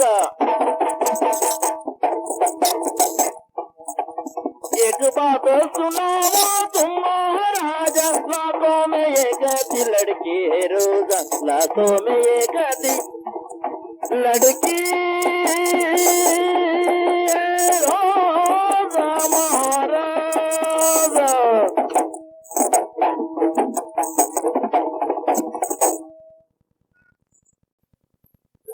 ಒಳ್ಳೇದಾಗಲಿ. ಯಾರೋ ನೀನು? ನಿನ್ನ ಹೆಸರೇನು? ಬಂದ ಉದ್ದೇಶ ಏನು? ಏನಾಗಬೇಕಾಗಿತ್ತು? ಮಹಾರಾಜ್, ಮೈ ಅರಬ್ ದೇಶ ಸೆ ಆಯಾ ಹೂಂ. ನಾವು ಕುದುರೆದ ವ್ಯಾಪಾರ ಮಾಡ್ಲಿಕ್ಕೆ ಬಂತು. ಓ, ಕುದುರೆ ವ್ಯಾಪಾರ? ಜಿ ಹಾ. ಎಷ್ಟು ಕುದುರೆಯನ್ನ ತಂದಿದ್ದೀಯಾ? ಏಕ್ ಗೋಡಾಲಾಯ. ಏನೋ ಬುದ್ಧಿ ಉಂಟೇನೋ ನಿನಗೆ? ವ್ಯಾಪಾರದ ಲಕ್ಷಣ ಏನಾದ್ರೂ ಗೊತ್ತುಂಟ? ಕುದುರೆ ಒಂದನ್ನ ಹಿಡ್ಕೊಂಡು ಬಂದಿದ್ಯಲ್ಲ, ಬಂದು ಹೋಗುವಂತ ವ್ಯವಹಾರಕ್ಕೆ ಸಾಕಾದಿತ್ತೇನ ಇದು? ಐಸಾ ನೈ ಮಹಾರಾಜ್, ಮತ್ತೆ ನಾನು ವ್ಯಾಪಾರದ ನಿಮಿತ್ತ ಆಯಾ ಹೂ. ಅಂದ್ರೆ ಉದ್ದೇಶ ಬೇರೆ ಉಂಟು ಅಂತ ಆಯ್ತಲ್ಲ? जी हाँ, ಅಂದ್ರೆ ಏನು? अपना मालिक सद्दाम हुसैन बोला, तुम भारत को जाओ, भारत में कौन बड़ा महाराज है उनको देखो, एक घोड़ा दे दो ಅಂತ ಹೇಳಿತು. ಏನಾಗಿದೆ ನಿನಗೆ? ಆ ಕುದುರೆಯನ್ನು ಹಿಡ್ಕೊಂಡು ನಾನು ಇಲ್ಲಿವರೆಗೆ ಬಂತು. ವಿಶಾಲವಾದಂತ ಭಾರತದಲ್ಲಿ ಏನಂದ್ರೆ कौन बड़ा महाराज है उनको दे दो. ಹುಡುಕಿದ್ಯಾ? जी हाँ, ಸಿಕ್ಕಿದಾರ? अभी तक ढूंढके ढूंढके बहुत थक गए मैं, ಸುತ್ತಿ ಸುತ್ತಿ बहुत थक गया. ಆಮೇಲೆ अभी मिल गए ना, ಎಲ್ಲಿ? इधर ही. ನಾನು आप बड़ा महाराज है, आप बड़ा महाराज है, ಅಂದ್ರೇನಾ? आप बड़ा महाराज है, ಅದ್ರ ಅರ್ಥ ಎಂತದ್ದು? आप बड़ महाराज है. ಏನಾಗಾದ್ರೆ? ऐसा नहीं, आप बड़ा महाराज है. ಅದಕ್ಕೆ ये घोड़ा आपको देते हैं. ಒಂದು ಕುದುರೆಯನ್ನ ಒಂದು ಕುದುರೆನ ಹಿಡ್ಕೊಂಡು ಬಂದಿದ್ಯಲ್ಲ, ಯಾಕ ಒಂದು ಕುದುರೆನ ಹಿಡ್ಕೊಂಡು ಬಂದೆ? ಅದು ನಿಮಿತ್ತ ಅಂದ್ಯಲ್ಲ, ಉದ್ದೇಶ ಬೇರೆ ಉಂಟು ಅಂತ ಹೇಳಿದ್ಯಲ್ಲ? जी हाँ, ಏನು ಉದ್ದೇಶ? ಕುದುರೆಯನ್ನು ನಿಮಗೆ ನಾನು ಕೊಡ್ತದೆ, ನೀವು ನನಗೆ ಒಂದು ಉಪಕಾರ ಮಾಡ್ತದೆ. ಅರಬಿಯಲ್ಲಿ ವಿಶೇಷವಾದಂತಹ ಕುದುರೆ ಉಂಟು ಅಂತ ಕೇಳಿದ್ದೇವೆ. ಇದು ವಿಶೇಷವಾದಂತಹ ಕುದುರೆ ಅಂತ ಆಯ್ತಲ್ಲ? जी हाँ, ನೀನು ನನಗೆ ಕುದುರೆಯನ್ನು ಕೊಡ್ತೀಯ, ಪ್ರತಿಯಾಗಿ ನಾನೇನು ಕೊಡ್ಲಿ ನಿನಗೆ? तुम एक उपकार करते हैं. ಉಪಕಾರ? एक भारत में एक चौकड़ी है. ವಿಶಾಲವಾದಂತಹ ಭಾರತದಲ್ಲಿ ಒಂದು ಹೆಣ್ಣ? ऐसा नहीं महाराज, ಮತ್ತೆ ये चौकड़ी बोले तो चौकड़ी का अंदर चौकड़ी है. ಹೆಣ್ಣು ಮಕ್ಕಳ ಒಳಗೆ ಹೆಣ್ಮಕ್ಕಳು. जी हाँ, ಅಂದ್ರೆ ನಿಮ್ದು के ಭಾಷೆ में इसवी सुंदरी बोलता ವಿಶ್ವ ಸುಂದರಿ. ಓಯೆ ಆ ಚೌಕರಿಯನ್ನು ನಮ್ಗೆ ಕೊಡ್ತದೆ, ನೀವು ಒಂದು ಉಪಕಾರ ಮಾಡಿದಾಗ ಆಗ್ತದೆ. ಎಲ್ಲಿದ್ದಾಳೆ? ನಿಮ್ದು ಮಗಧ ರಾಜ್ಯ ಉಂಟು, ಮಗಧ ರಾಜ್ಯದ ಒಳಗೆ ಒಂದು ಮಿಶ್ರಾಪುರ है, वो मिश्रापुर का अंदर चौकड़ी है, उसका नाम है ಪದ್ಮಣ್ಣನ ನಯನೆ बोलता. ಆಗಿರ್ಲಿಕ್ಕಿಲ್ಲ, ಪದ್ಮನಯನ ಇರಬೇಕು. जी हाँ, ಸತ್ಯವೇನಾ? ಅವಳನ್ನು ಒದಗಿಸಿದಲ್ಲಿ ಒದಗಿಸೋಣ.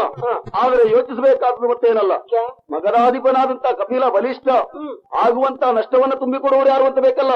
ಓ ಚೌಕರಿಯನ್ನು ನಮ್ಗೆ ಕೊಡ್ತದೆ. ಐಸಾ 1000 ಗೋಡ ನಿಮ್ದಕ್ಕೆ ನಾವು ಕೊಡ್ತದೆ. ಸತ್ಯವಾ? जी हाँ, 1000 ಕುದುರೆಯನ್ನು ಕೊಡ್ತೀಯ? जी हाँ, ಹೋಗೋಣ. ಸರಿ, ಯೋಗ್ಯವಾಯಿತು. ಇಲ್ಲಿವರೆಗೆ ನನಗೆ ಅವಗಾಹನೆಗೆ ಬಂದದ್ದಿಲ್ಲ ಅಂತ ಸುಂದರಿಯನ್ನ ನಾನೊಮ್ಮೆ ಅನುಭವಿಸಿ ಇವನಿಗೆ ಕೊಟ್ರೆ ಲಾಭವೂ ಆಗ್ತದೆ, ಸುಖವೂ ಸಿಗ್ತದೆ. ಏನೋ ಯವನ ಮಹಾರಾಜ್, ಏನೋ ಹೋಗೋಣ ಅಲ್ಲಿಗೆ.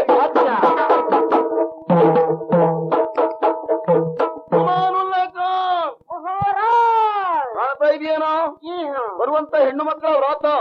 ಇದ್ರಲ್ಲೇನು ಇದ್ದಾಳೇನೋ? ಎಲ್ಲಿದ್ದಾಳೆ? ಉದರ್ ಬೇಕೋ ನಡುವಿನಲ್ಲಿ ಬೀಚ್ ಮೇ ಮಧ್ಯದಲ್ಲಿ ಚೌಕರಿ ಏನೋ? ಆಚೆ ಅಲ್ಲ ಈಚೆ ಅಲ್ಲ, ಮಧ್ಯದಲ್ಲಿ. जी हाँ, ಹೌದೇನೋ? वही ಪದ್ಮಣ್ಣನ ನಯನೆ. ಪದ್ಮನಯನೆ. ಮಾತಾಡಿಸು, ಮಾತಾಡಿಸು. कौन मैं? मैं? अरे चौकरी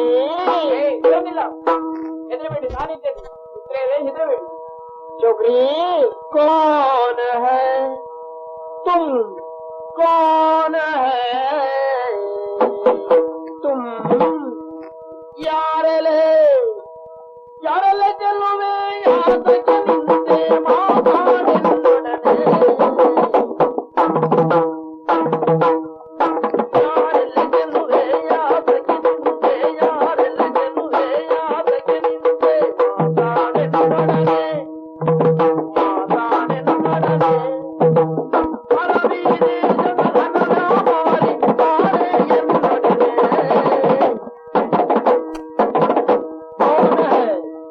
चौकरी, इधर मेरा मुंह देखो ना.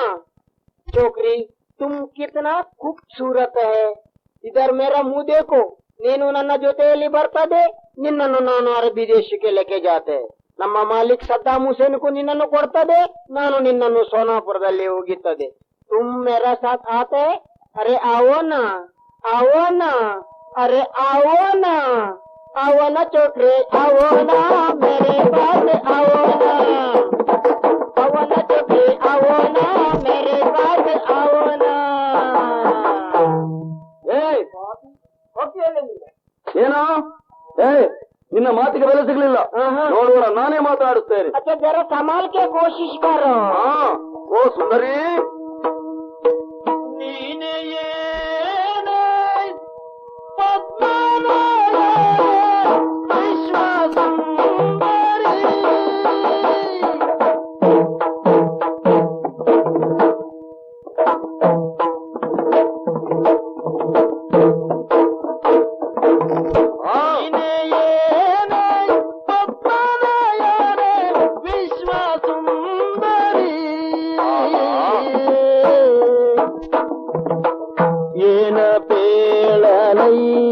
ನಿನ್ನ ರೂಪವೈಸಿ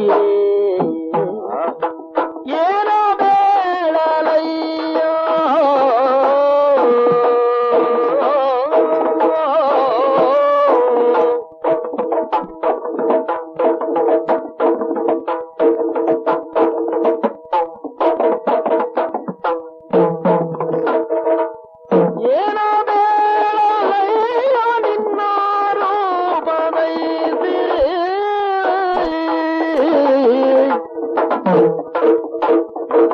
ಮಾನವೇಶ ರುದ್ರ ನಾನು ಒಲಿದು ಬಂದೆನು ನಾನು ಒಲಿದು ಬಂದೆನು ಸಾನುರಾಗದಿಂದ ಕೊಡುವೆ ಸ್ವರ್ಗ ಸುಖವನು ಸಾನುರಾಗದಿಂದ ಕೊಡುವೆ ಸ್ವರ್ಗ ಸುಖವನು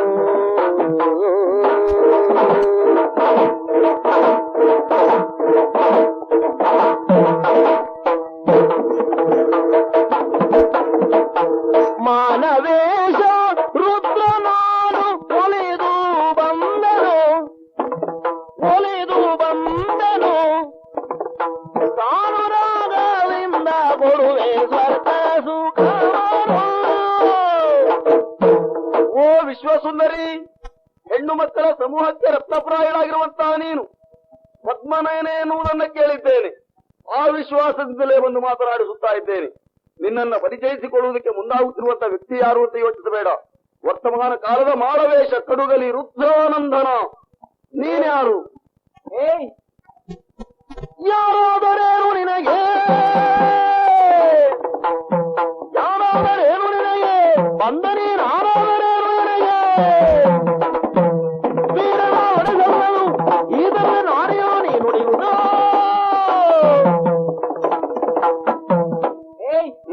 ನೀರಿಗೆಂದು ಹೋಗುವ ನನ್ನನ್ನು ಮಧ್ಯಪಥದಲ್ಲಿ ತಡೆದು ಯಾರು ಎನ್ನುವುದಾಗಿ ಪ್ರಶ್ನಿಸ್ತಾ ಇದೆಯಲ್ಲ, ನಾನ್ಯಾರು ಅಂತ ಹೇಳಿದ್ನಲ್ಲ.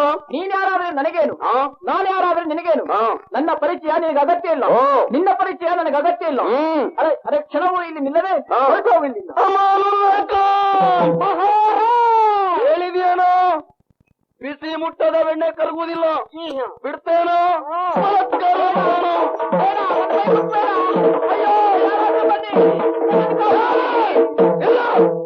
पहले कपड़ा छोड़ो, पहले कपड़ा छोड़ के बात करो, नहीं तो अभी हिंदू मुस्लिम गलाटा होता है. अभी ನಿನ್ನ ಬಟ್ಟೆಯನ್ನು ಎಕ್ಕತ್ತಿಗೆ ಕೈ ಹಾಕಿ ಹಿಡಿದನ್ನು ಬಿಡದೆ ಹೋದ್ರೆ ಆಗುವುದೇನು ಅಂತ ಪ್ರಶ್ನೆ ಬೇಡವೆ. तुम कौन है? कान फुटी में एक देगा. अभी तुम कौन है रे? ಅವಂತಿಯ ಅರಸನನ್ನು ಪ್ರಶ್ನಿಸುವಷ್ಟು ಎದೆಗಾರಿಕೆ ಎಕ್ಕಸ್ಥಿತ ಯವನರವನು ಮಹಾರಾಜ. ಸಲಾಂ ಅಲೈಕುಂ. ಸಲಾಂ ಅಲೈಕುಂ. ನಾನು ಬಹುದು ಒಳ್ಳೆದುಂಟು, ಅದು ನನ್ನನ್ನು ಕೆರೆಯಿತು, ಹೀಗೆ ಮಾಡು ಅಂತ ಹೇಳಿದ್ದು. ನನ್ನನ್ನು ಮಾಫ್ ಕರೋ ಸಾಬ್. ಪಾಪಿ ಮಗನೇ, ಯಾರು ಏನು ನಿನ್ನ ಇಲ್ಲಿಯ ವ್ಯವಹಾರ? ನನ್ನನ್ನು ವಿಚಾರ ಮಾಡ್ತೀಯೋ? ಭೂತಲ ಕಧಿಪತಿ ರುದ್ರನ ಜನಕವೇ, ಭೂತಲ ಕಧಿಪತಿ ರುದ್ರನ ಜನಕುವ ಚೋದರ ನೀನ್ಯಾರು? ಚೋದರ ನೀನ್ಯಾರು? ನೀನೇ ನುಡಿದವನೇ ಬಗೆ ಬಂದೆ ಬೈದನ ನೀನು.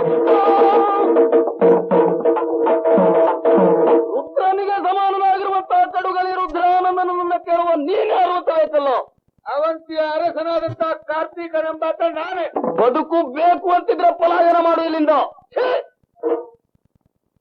ಎಕ್ಕಸ್ಥಿತ ಹೆಣ್ಣಿನ ಮೇಲೆ ಕೈ ಇಟ್ಟು ಅಲ್ಲದ ಕಾರ್ಯಕ್ಕೆ ಮುನ್ನುಕ್ಕುತ್ತಿರುವ ನಿನ್ನಂಥವನ್ನು ಬೆದರಿಸುತ್ತಿರುವುದೇ?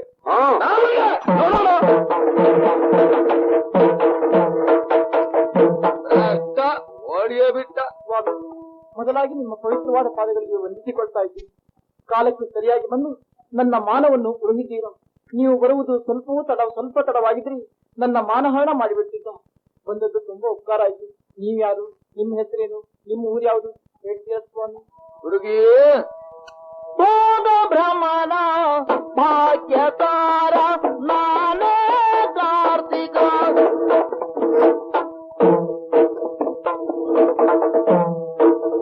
ಭೋಗ ಭ್ರಮರ ಭಾಗ್ಯತಾರ ನಾನೇ ಕಾರ್ತಿಕ,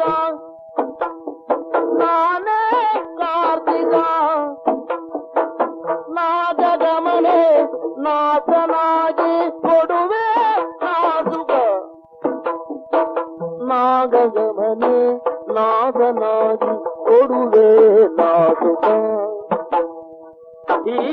ಮೌನವಾದೆ ಏಕೆ ಪ್ರಣಯ ಪತ್ಮಿನಿ ಹೀಗೆ ಮೌನವಾದೆ ಏಕೆ ಪ್ರಣಯ ಪತ್ಮಿನಿ ಬೇಗ ಅರುಹಿ ನೀಗು ವಿರಾರಾಗರಂಜಿನಿ ಬೇಗ ಅರುಹಿ ನೀಗು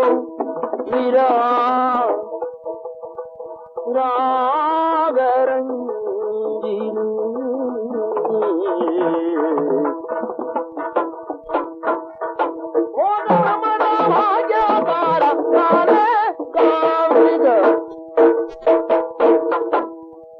ಓ ಬೆಡಗಿ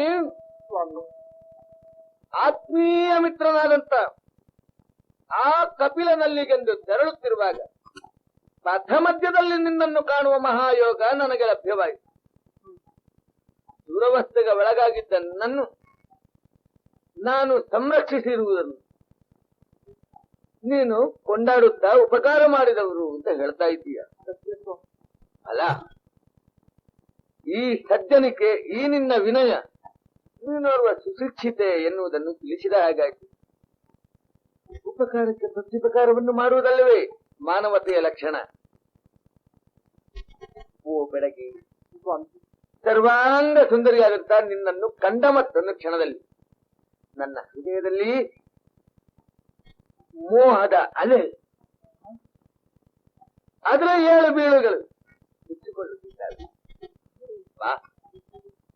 ಇನ್ನು ಅವಿವಾಹಿತೆಯಾಗಿದ್ದೀಯ ನೀನು. ನಿನ್ನ ಭಾಷ್ಯ ಲಕ್ಷಣಗಳಿಂದಲೇ ಇದನ್ನು ಅರ್ಥ ಮಾಡಿಕೊಂಡಿದ್ದೇನೆ. ನಿನ್ನಂಥವಳ ಸಂಘ ಸುಖವನ್ನು ಹೊಂದದೇ ಇರುವ ಗಂಡಸು ಗಂಡಸೇ ಅಲ್ಲ ಎಂಬ ಭಾವವೂ ನನ್ನಲ್ಲಿ ಮೂಡುತ್ತಿದೆ. ನಿನ್ನ ತನು ಸುಖಾಪೇಕ್ಷೆಯನ್ನು ತಳೆದು ನಿಂತಿರುವ ನನ್ನ ಇಚ್ಛೆಯನ್ನು ಈಡೇರಿಸಿಕೊಡುವೆಯ? ಯಾರು ನೀನು? ಮಗಧದೇಶದ ದೊರೆ ಕಪಿಲನ ಆಳ್ವಿಕೆಯಲ್ಲಿದ್ದವಳು ನಾನು. ಪದ್ಮನೇನೆನ್ನುವುದಾಗಿ ನನ್ನ ನಾಮದೇವಿ. ನನ್ನನ್ನು ಕಂಡು ನೀವು ಈ ರೀತಿ ಮಾತಾಡಬಾರ್ದು. ಏನು ತಪ್ಪು? ನನ್ನ ಮಾನವನ್ನು ರಕ್ಷಿಸಿದವರು ನೀವಲ್ವಿ. ರಕ್ಷಕರಾದ ನೀವೇ ಭಕ್ಷಕರಾಗಿ ಬಂದ್ರಿ. ನಮ್ಮ ಗತಿ ಏನಾಗ್ಬೇಕು ಹೇಳಿ. ಬೇಲಿಯ ಎದ್ದು ಹೊಲವನ್ನು ಮೇಯುವುದಕ್ಕೆ ಮುಂದಾದ್ರೆ ಹೊಲದ ಗತಿ ಏನಾಗ್ಬೇಕು ಹೇಳಿ. ನೀವು ಈ ರೀತಿ ನನ್ನನ್ನು ಬಲಾತ್ಕರಿಸುವುದಕ್ಕೆ ಮುಂದಾದ್ರೆ ಆ ರುದ್ರನಂದನಿಗೂ ನಿಮಗೂ ಇರುವ ವ್ಯತ್ಯಾಸ ಏನಾಗ್ತದೆ? ಮಾನವಂತರು ಮಾಡುವ ಕಾರ್ಯವೇ ಇದು. ಮರ್ಯಾದಸ್ಥರಿಗೆ ಯೋಗ್ಯವಾದ ಕಾರ್ಯ ಇದಲ್ಲ. ನನ್ನನ್ನು ಬಯಸಬೇಡಿ. ನನ್ನನ್ನು ಬಿಟ್ಟು ಹೊರಟು ಹೋಗಿ ಇಲ್ಲಿಂದ. ಬಿಡ, ನಿನ್ನನ್ನು ನಾನು ಹೇಗೆ ಹೊಂದಬೇಕು ಎನ್ನುವುದರ ಬಗೆಗೆ ನಾನು ಯೋಚಿಸುವುದಕ್ಕಿದೆ. ನಿನ್ನಲ್ಲೇಕೆ ಆ ವ್ಯರ್ಥ ಹರಟೆ? ಹೋಗು, ನಿನ್ನ ಮನೆಯ ಕಡೆಗೆ ತೆರಳು.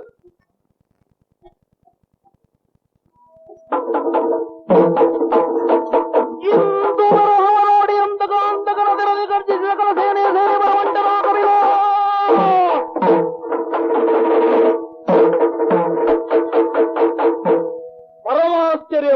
ಪರಮಾಶ್ಚರ್ಯವಾಯಿತು. ಒಂದೇ ಗುರುವಿನ ಮಠದಲ್ಲಿ ವಿದ್ಯಾಭ್ಯಾಸವನ್ನು ಮಾಡಿ ಒಂದು ಸಂಸ್ಕಾರದಲ್ಲಿ ಬೆಳೆದಂತಹ ನಮ್ಮೊಳಗೆ ಇಂತಹ ಒಂದು ಘಟನೆ ಸಂಘಟಿಸಿ ಹೋದೀತು ಎನ್ನುವುದನ್ನು ಭಾವಿಸಿಯೂ ಇರಲಿಲ್ಲ. ನಿನ್ನ ಅಧಿಕಾರ ಕ್ಷೇತ್ರದಲ್ಲಿರುವಂತಹ ಪದ್ಮನಯನೆಯನ್ನು ನನಗೊಪ್ಪಿಸು ಕಪಿಲ ಎಂದು ಪತ್ರ ಮೂಲಕ ಆಜ್ಞಾಪಿಸುತ್ತಾ ಇದ್ದಾನೆ. ಇಲ್ಲದೇ ಇದ್ರೆ ಪರಿಣಾಮ ಕೆಟ್ಟದಾದೀತು ಅಂತ ಹೇಳಿ ಗದರಿಸುತ್ತಾ ಇದ್ದಾನೆ. ಬಿಡಬಾರದು. ಕಾಮುಕನಾಗಿ ಬರುತ್ತಿರುವಂತಹ ಕಾರ್ತಿಕನನ್ನು ವಿರೋಧಿಸುವುದಕ್ಕೆ ಕೇಳಿವಾಗದ ಯೋಧರು. ಸ್ನೇಹ ಬಂಧನ ಬೆಸುಗೆ ಹರಿಯಿತು,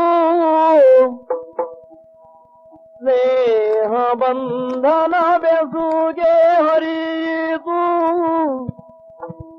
ಮೋಹ ಕ್ರೋಧಕ್ಕೆ ನಾಂದಿಯಾಯಿತು.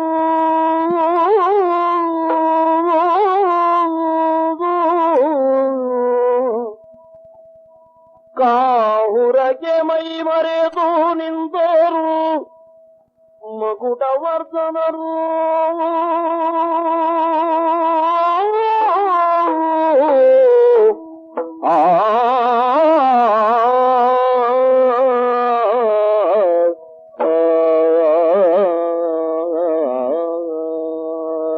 ಕಾರ್ತಿಕಂ ಕಪಿಲಾಂ ಸುರತಿಗಾಗಿ ಸ್ನೇಹ ಸೌದ ಕದೆಯಲೈದೆಯ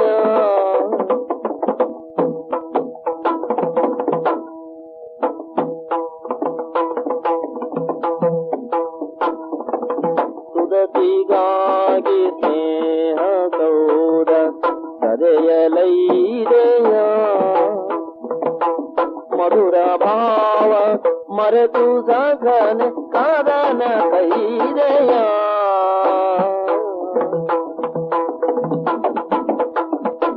ಮದವಿಲಾಸದಿಂದ ಕುದಿದು ಶೂದ್ರನಾದೆಯ ಹೃದಯಹೀನ ಆದೆಯೇಕೋ ಬದಲು ನುಡಿಯ ಹೃದಯಹೀನಾದೆಯೇಕೋ ಬದಲು ನುಡಿವೆಯ. ಕಾರ್ತಿಕಾಂ, ಏನು ಕಪಿಲಾಂ? ಅದೊಂದು ಕಾಲದಲ್ಲಿ ಅಜರವೂ ಅಮರವಾದಂತಹ ಮಿತ್ರ ಬಾಂಧವ್ಯದ ಬೆಸುಗೆ ನಮ್ಮೊಳಗಿತ್ತು. ಅದೆಲ್ಲವನ್ನು ಮರೆತು ಕದನ ಕ್ಷೇತ್ರದಲ್ಲಿ ಯುದ್ಧಕ್ಕೆ ಸಿದ್ಧನಾಗಿ ಮಲೆತು ನಿಂತವನಿದ್ದಿ. ಯುದ್ಧ ಭೂಮಿಗೆ ಬಂದಾನಂತರದಲ್ಲಿ ಕ್ಷತ್ರಿಯರಾದಂತಹ ನಮಗೆ ಯುದ್ಧವೇ ಪ್ರಧಾನವಾದರು. ರಾಜನೀತಿಯ ಮರ್ಮವನ್ನು ತಿಳಿದವ ನಾನಾದ ಕಾರಣದಿಂದ ಒಂದೆರಡು ಹಿತನುಡಿಗಳನ್ನಾಡುವುದಕ್ಕಾಗಿ ಯುದ್ಧವನ್ನು ತಡೆ ಹಿಡಿದಿದ್ದೇನೆ. ಏನು ಹಿತವನ್ನು ಕೇಳಬೇಕಾದ ಅವಶ್ಯಕತೆ ನನಗೆ ಉಂಟು ಅಂತೇಳಿ ನನ್ನನ್ನೇ ಬಾಧಿಸ್ತದೆ ಸಮಸ್ಯೆ ಉಂಟು. ಏನು?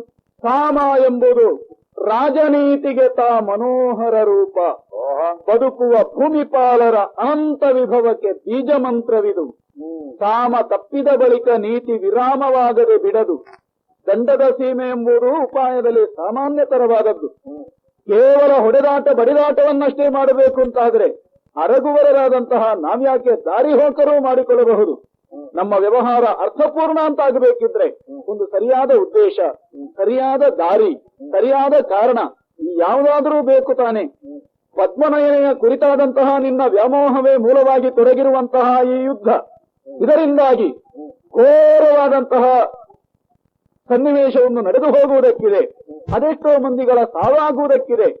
ಆದ್ದರಿಂದ ಎಚ್ಚರಿಸಿ ಹೇಳ್ತೇನೆ, ಅವಳ ಅಂತಹ ದುರಂತಕ್ಕೆ ಅವಕಾಶವನ್ನು ಕೊಡದೆ ಅವಳ ಕುರಿತಾದ ಬಯಕೆಯನ್ನು ಬಿಟ್ಟು ಒಳ್ಳೆಯವನಾಗಿ ಬದುಕುತ್ತೀಯಾ? ಇಲ್ಲ ನನ್ನ ಕೈಯಲ್ಲಿ ಪೆಟ್ಟು ತೆಗೆದು ಸಾಧ್ಯ. ಹಿತೋಪದೇಶದ ಮಾತುಗಳನ್ನೆಲ್ಲ ಗಂಟಿಡು. ಹೊತ್ತು ಇದೆ.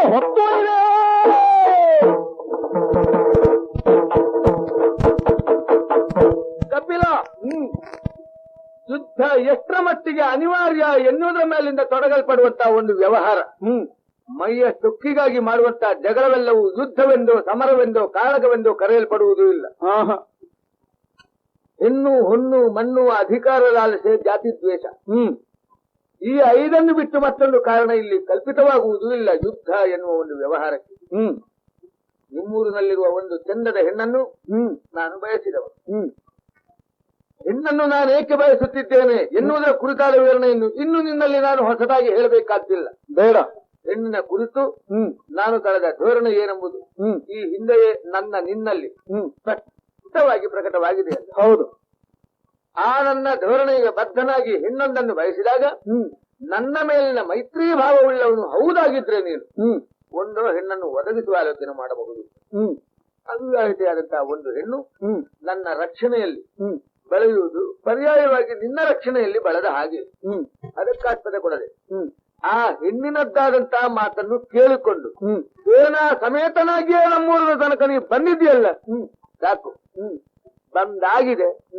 ಇನ್ನು ನನಗೆ ಬೇರೆ ಕಾರಣಗಳ ಕುರಿತು ಅಥವಾ ನೀ ಹೇಳುವ ಸಾಮಧಾನಾದಿಗಳ ಕುರಿತು ಯೋಚಿಸುವುದಕ್ಕೆ ವ್ಯವಧಾನ ಎಲ್ಲಿ ನಿಂತೂ ಇಲ್ಲ. ಇರುವುದೊಂದೇ, ಏನು? ದಂಡ. ಎದುರಿಸ್ತಾ ಇದೆಯಲ್ಲ, ಯಾವ ಗುರುಕುಲದಲ್ಲಿ ನೀನು ಕಲಿತೆಯೋ ಅದೇ ಗುರುಕುಲದಲ್ಲಿ ಕ್ಷತ್ರಿಯೋಚಿತವಾದಂತಹ ಸರ್ವವಿದ್ಯಾ ಪ್ರಕಾರಗಳಲ್ಲಿ ನಾನೂ ಪಾರಂಗತನಿದ್ದೇನೆ. ಹೌದು. ಆದ್ರಿಂದ ಮಾತಿಗಿಂತ ಕೃತಿ ಗಳಿಸುವುದೇ ಉತ್ತಮ. ನೋಡೋಣ.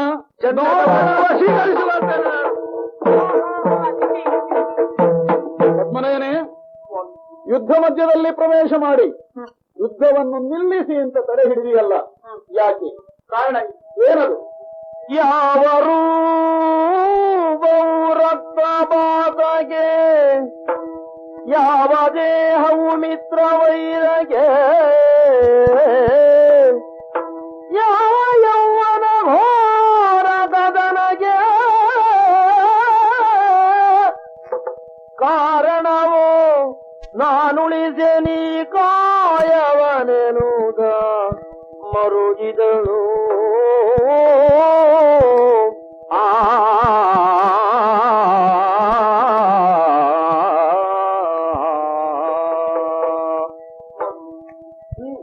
ನಾನಿಲ್ಲಿ ಬರುತ್ತಿರುವಾಗ ಈ ಯುದ್ಧ ಭೀಕರ ಸನ್ನಿವೇಶವನ್ನು ಕಂಡು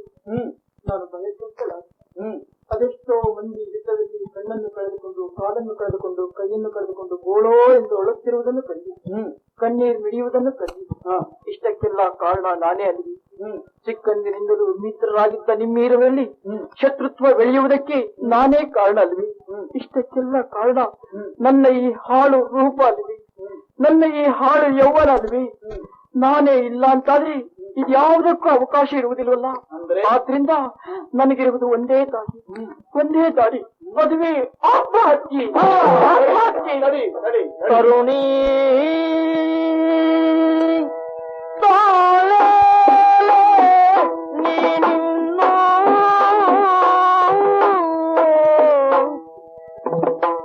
ಕರುಣಿ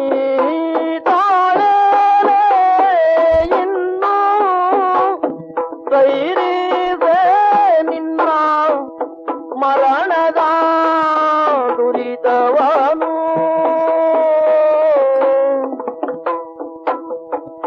ಮನವರಿದೀಯ ಜನದಿ ಕೈಯನ್ನುತ್ತ ದುರವದಲಿದ ಭೂಪತಿ. ಪದ್ಮನಾಯನೇ, ಅಣ್ಣ, ಅದೊಂದು ಕಾಲದಲ್ಲಿ ನನ್ನ ಕಾಲ್ಬುಡದಲ್ಲಿ ಕಣ್ಣೀರುಗರೆದು ಮಾನವಳಿಸು ಪ್ರಭು ಅಂತ ಯಾಚಿಸಿದವಳು ನೀನು. ಆ ಹೊತ್ತಿಗೆ ನನ್ನ ತಂಗಿಯ ಸ್ಥಾನವನ್ನು ತುಂಬಿ ಬರಬೇಕು ನೀನು. ನಿನ್ನ ಮಾನವನ್ನು ರಕ್ಷಿಸ್ತೇನೆ ಅಂತ ಹೇಳಿದವ ನಾನೇ. ಕೇವಲ ಆಡಂಬರಕ್ಕಾಗಿ ಆಡಿದಂತಹ ಮಾತಲ್ಲವಮ್ಮ ಅದು. ಒಡ ಹುಟ್ಟಿದ ತಂಗಿ ಇಲ್ಲದ ನನ್ನ ಬದುಕಿನಲ್ಲಿ ಆ ಸ್ಥಾನವನ್ನು ನೀನು ತುಂಬಿ ಬರುತ್ತಿ ಎನ್ನುವಂತಹ ಆಸೆಯಿಂದ ಸ್ವೀಕರಿಸಿದ್ರೆ ನಿನ್ನದ್ದೇ ತುಂಬಿ ಆಸೆಯಾಗಿ ಹೋಯಿತೆ. ಯುದ್ಧವನ್ನು ನಿಲ್ಲಿಸಬೇಕು, ನಿನ್ನವನಿಗೆ ಒಪ್ಪಿಸಬೇಕು ಎಂತಹ ವಿಚಿತ್ರ ಕೇಳಿಕೆ ನಿನ್ನದ್ದು. ನನ್ನ ಸಹೋದರಿಯ ಮಾನ ಉಳಿಸುತ್ತೇನೆ ಎನ್ನುವಂತಹ ಉತ್ಸಾಹದ ಉತ್ತುಂಗ ಶಿಖರದಲ್ಲಿ ನಿಂತು ಹೋರಾಟವನ್ನು ಮಾಡುತ್ತಾ ಇದ್ದೆ. ನಿನ್ನ ಕೇಳಿಕೆಯಿಂದ ಪ್ರಪಾತಕ್ಕೆ ಬಿದ್ದು ಬಿಟ್ಟೆ, ಪ್ರಪಾತಕ್ಕೆ ಬಿದ್ದು ಬಿಟ್ಟೆ. ನಿನ್ನ ಮಾನ ನಿನಗೇ ಬೇಡ ಅಂತಾಗಿ ಹೋಯಿತೆ. ಮತ್ತೆ ನಾನ್ಯಾರು ಉಳಿಸುವುದಕ್ಕೆ? ಆದ್ದರಿಂದ ನನ್ನ ನಿರ್ಧಾರವನ್ನು ಬದಲಿಸಿದ್ದೇನೆ. ನಿನ್ನ ಇಚ್ಛೆಯಂತೆ ನಡೆಯುವ ಸ್ವಾತಂತ್ರ್ಯವನ್ನಷ್ಟೇ ಕೊಟ್ಟಿದ್ದೇನೆ. ಮಾನವತೆಯಾದಂತಹ ನಿನ್ನನ್ನು ಕನ್ಯಾದಾನ ಮಾಡಬೇಕಾದಂತಹ ಈ ಕೈಗಳಿಂದ ಈ ಯುದ್ಧದ ನಿರ್ಧಾರಕ್ಕೆ ತಿಲಾಂಜಲಿಯನ್ನೆತ್ತಿದ್ದೇನೆ. ಆದರೆ ಒಂದು ನೆನಪಿರಲಿ, ಈ ಕಪಿಲನ ಶುಭ್ರ ಜೀವನದಲ್ಲಿ ಈ ಘಟನೆ ಎನ್ನುವುದೊಂದು ಕಪ್ಪು ಚುಕ್ಕೆಯಾಗಿಯೇ ಉಳಿಯಿತಮ್ಮ, ಕಪ್ಪು ಚುಕ್ಕೆಯಾಗಿಯೇ ಉಳಿಯಿತು. ನನ್ನ ಸಹೋದರಿಗಾಗಿ ಮಾಡಿದಂತಹ ತ್ಯಾಗ ಇದು. ನಿನ್ನ ಹಣೆಯಲ್ಲಿ ವಿಧಿಯೇನನ್ನು ಬರೆದಿದ್ದಾನೋ ಅದನ್ನು ತಿದ್ದುವುದಕ್ಕೋ ಅಥವಾ ಊರ್ಜಿತಗೊಳಿಸುವುದಕ್ಕೋ ನಾನು ಸಮರ್ಥನಲ್ಲವಮ್ಮ. ಅವನ ಬರವಣಿಗೆ ಅಂತಾಗಲಿ ಎನ್ನುವಷ್ಟನ್ನು ಮಾತ್ರ ಹೇಳುತ್ತೇನೆ. ಬಪ್ಪುದು ತಪ್ಪದು ಭವಿತವ್ಯಂ ಭವತ್ಯೇವ. ಅಂತೂ ನನ್ನ ವಶವರ್ತಿಯಾದೆಯಲ್ಲ. ನಡೆ ನಮ್ಮ ಅಂತಃಪುರದ ಕಡೆಗೆ.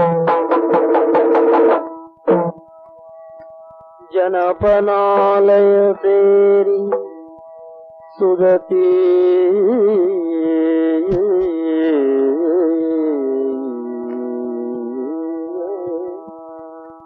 ಜನಪನಾಲಯ ಸೇರಿ ಸುಗತಿ ಘನತರದ ವೈಭವ ಈಕ್ಷಿಸಿ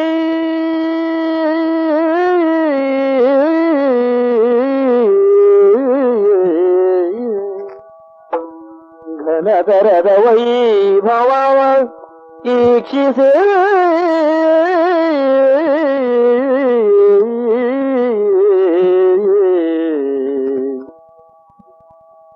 ಮನದೊಳಾಸೆಯ ಕನಸ ಕಂಡಳು, ಮನದೊಳಾಸೆಯ ಕನಸ ಕಂಡಳು. ಮಧು ಮಧುರ ಭಾವದಳು ಭಾವಕ್ಕೆ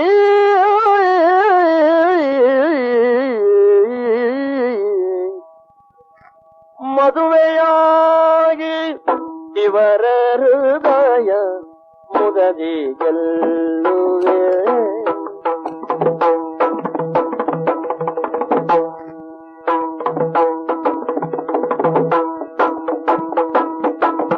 ಮದುವೆಯಾಗಿ ಇವರ ಹೃದಯ ಮುದದಿ ಗೆಲ್ಲುವೆ, ಮುದದಿ ಗೆಲ್ಲುವೆ. ಹೃದಯ ವೀಣೆ ನುಡಿಸಿ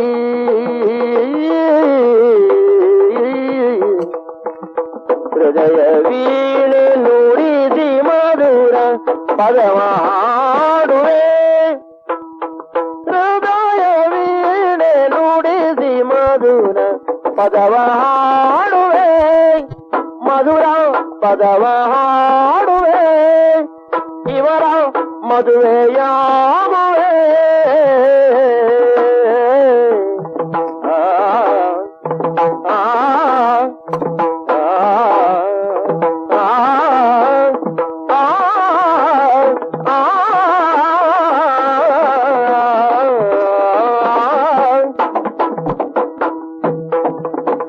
ಹೃದಯ ವೀಣೆ ನುಡಿಸಿ ಮಧುರ ಪದವ ಹಾಡುವೆ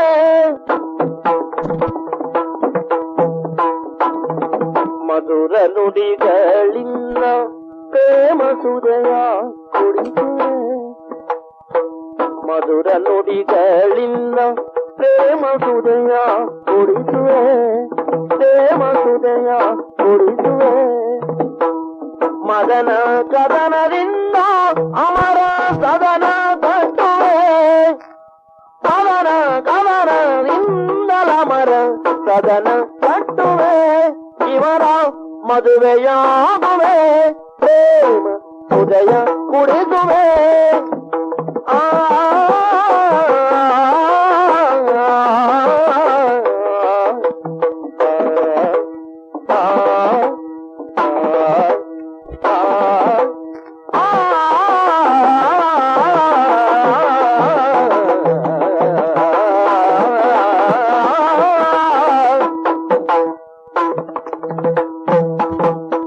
ಮಧುರ ನುಡಿಗಳಿಂದ ಪ್ರೇಮ ಸುದಯ ಕುಡಿಸುವೆ ಪ್ರೇಮ ಸುದಯ ಕುಡಿಸುವೆ ಮದನ ಕದನದಿಂದ ಅಮರ ಕದನ ಕಟ್ಟುವೆ ಮದನ ಕದನದಿಂದ ಅಮರ ಕದನ ಕಟ್ಟುವೆ ಮದುವೆಯಾಗೆ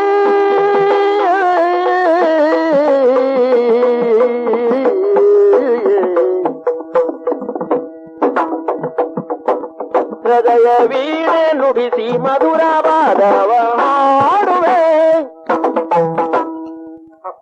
ಇದು ನನ್ನ ಭಾಗ್ಯ. ನನ್ನ ಬಗ್ಗೆ ಆಸಕ್ತನಾದ ಕಾರ್ತಿಕನಂತೆ ಅವರನ್ನು ಮದುವೆಯಾಗಿ ಅವರ ಜೊತೆಯಲ್ಲಿ ಸುಖ ಬಾಳ್ವೆಯನ್ನು ಹೊಂದಬೇಕು. ಈ ಕಡೆ ಬರ್ತಾ ಇದ್ದಾರಲ್ಲ ಅವರೇ ಅಲ್ಲಿ. ಪದ್ಮನಾಭ,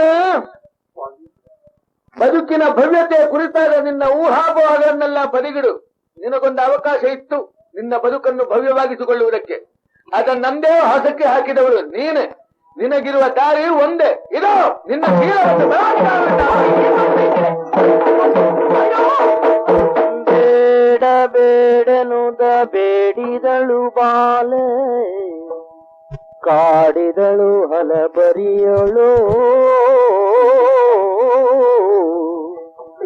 ರೂಢಿ ಬದಿ ಕೇಳದಾಗೆಯ ಮಾತನು ಮುತ್ತು ಪಶುವ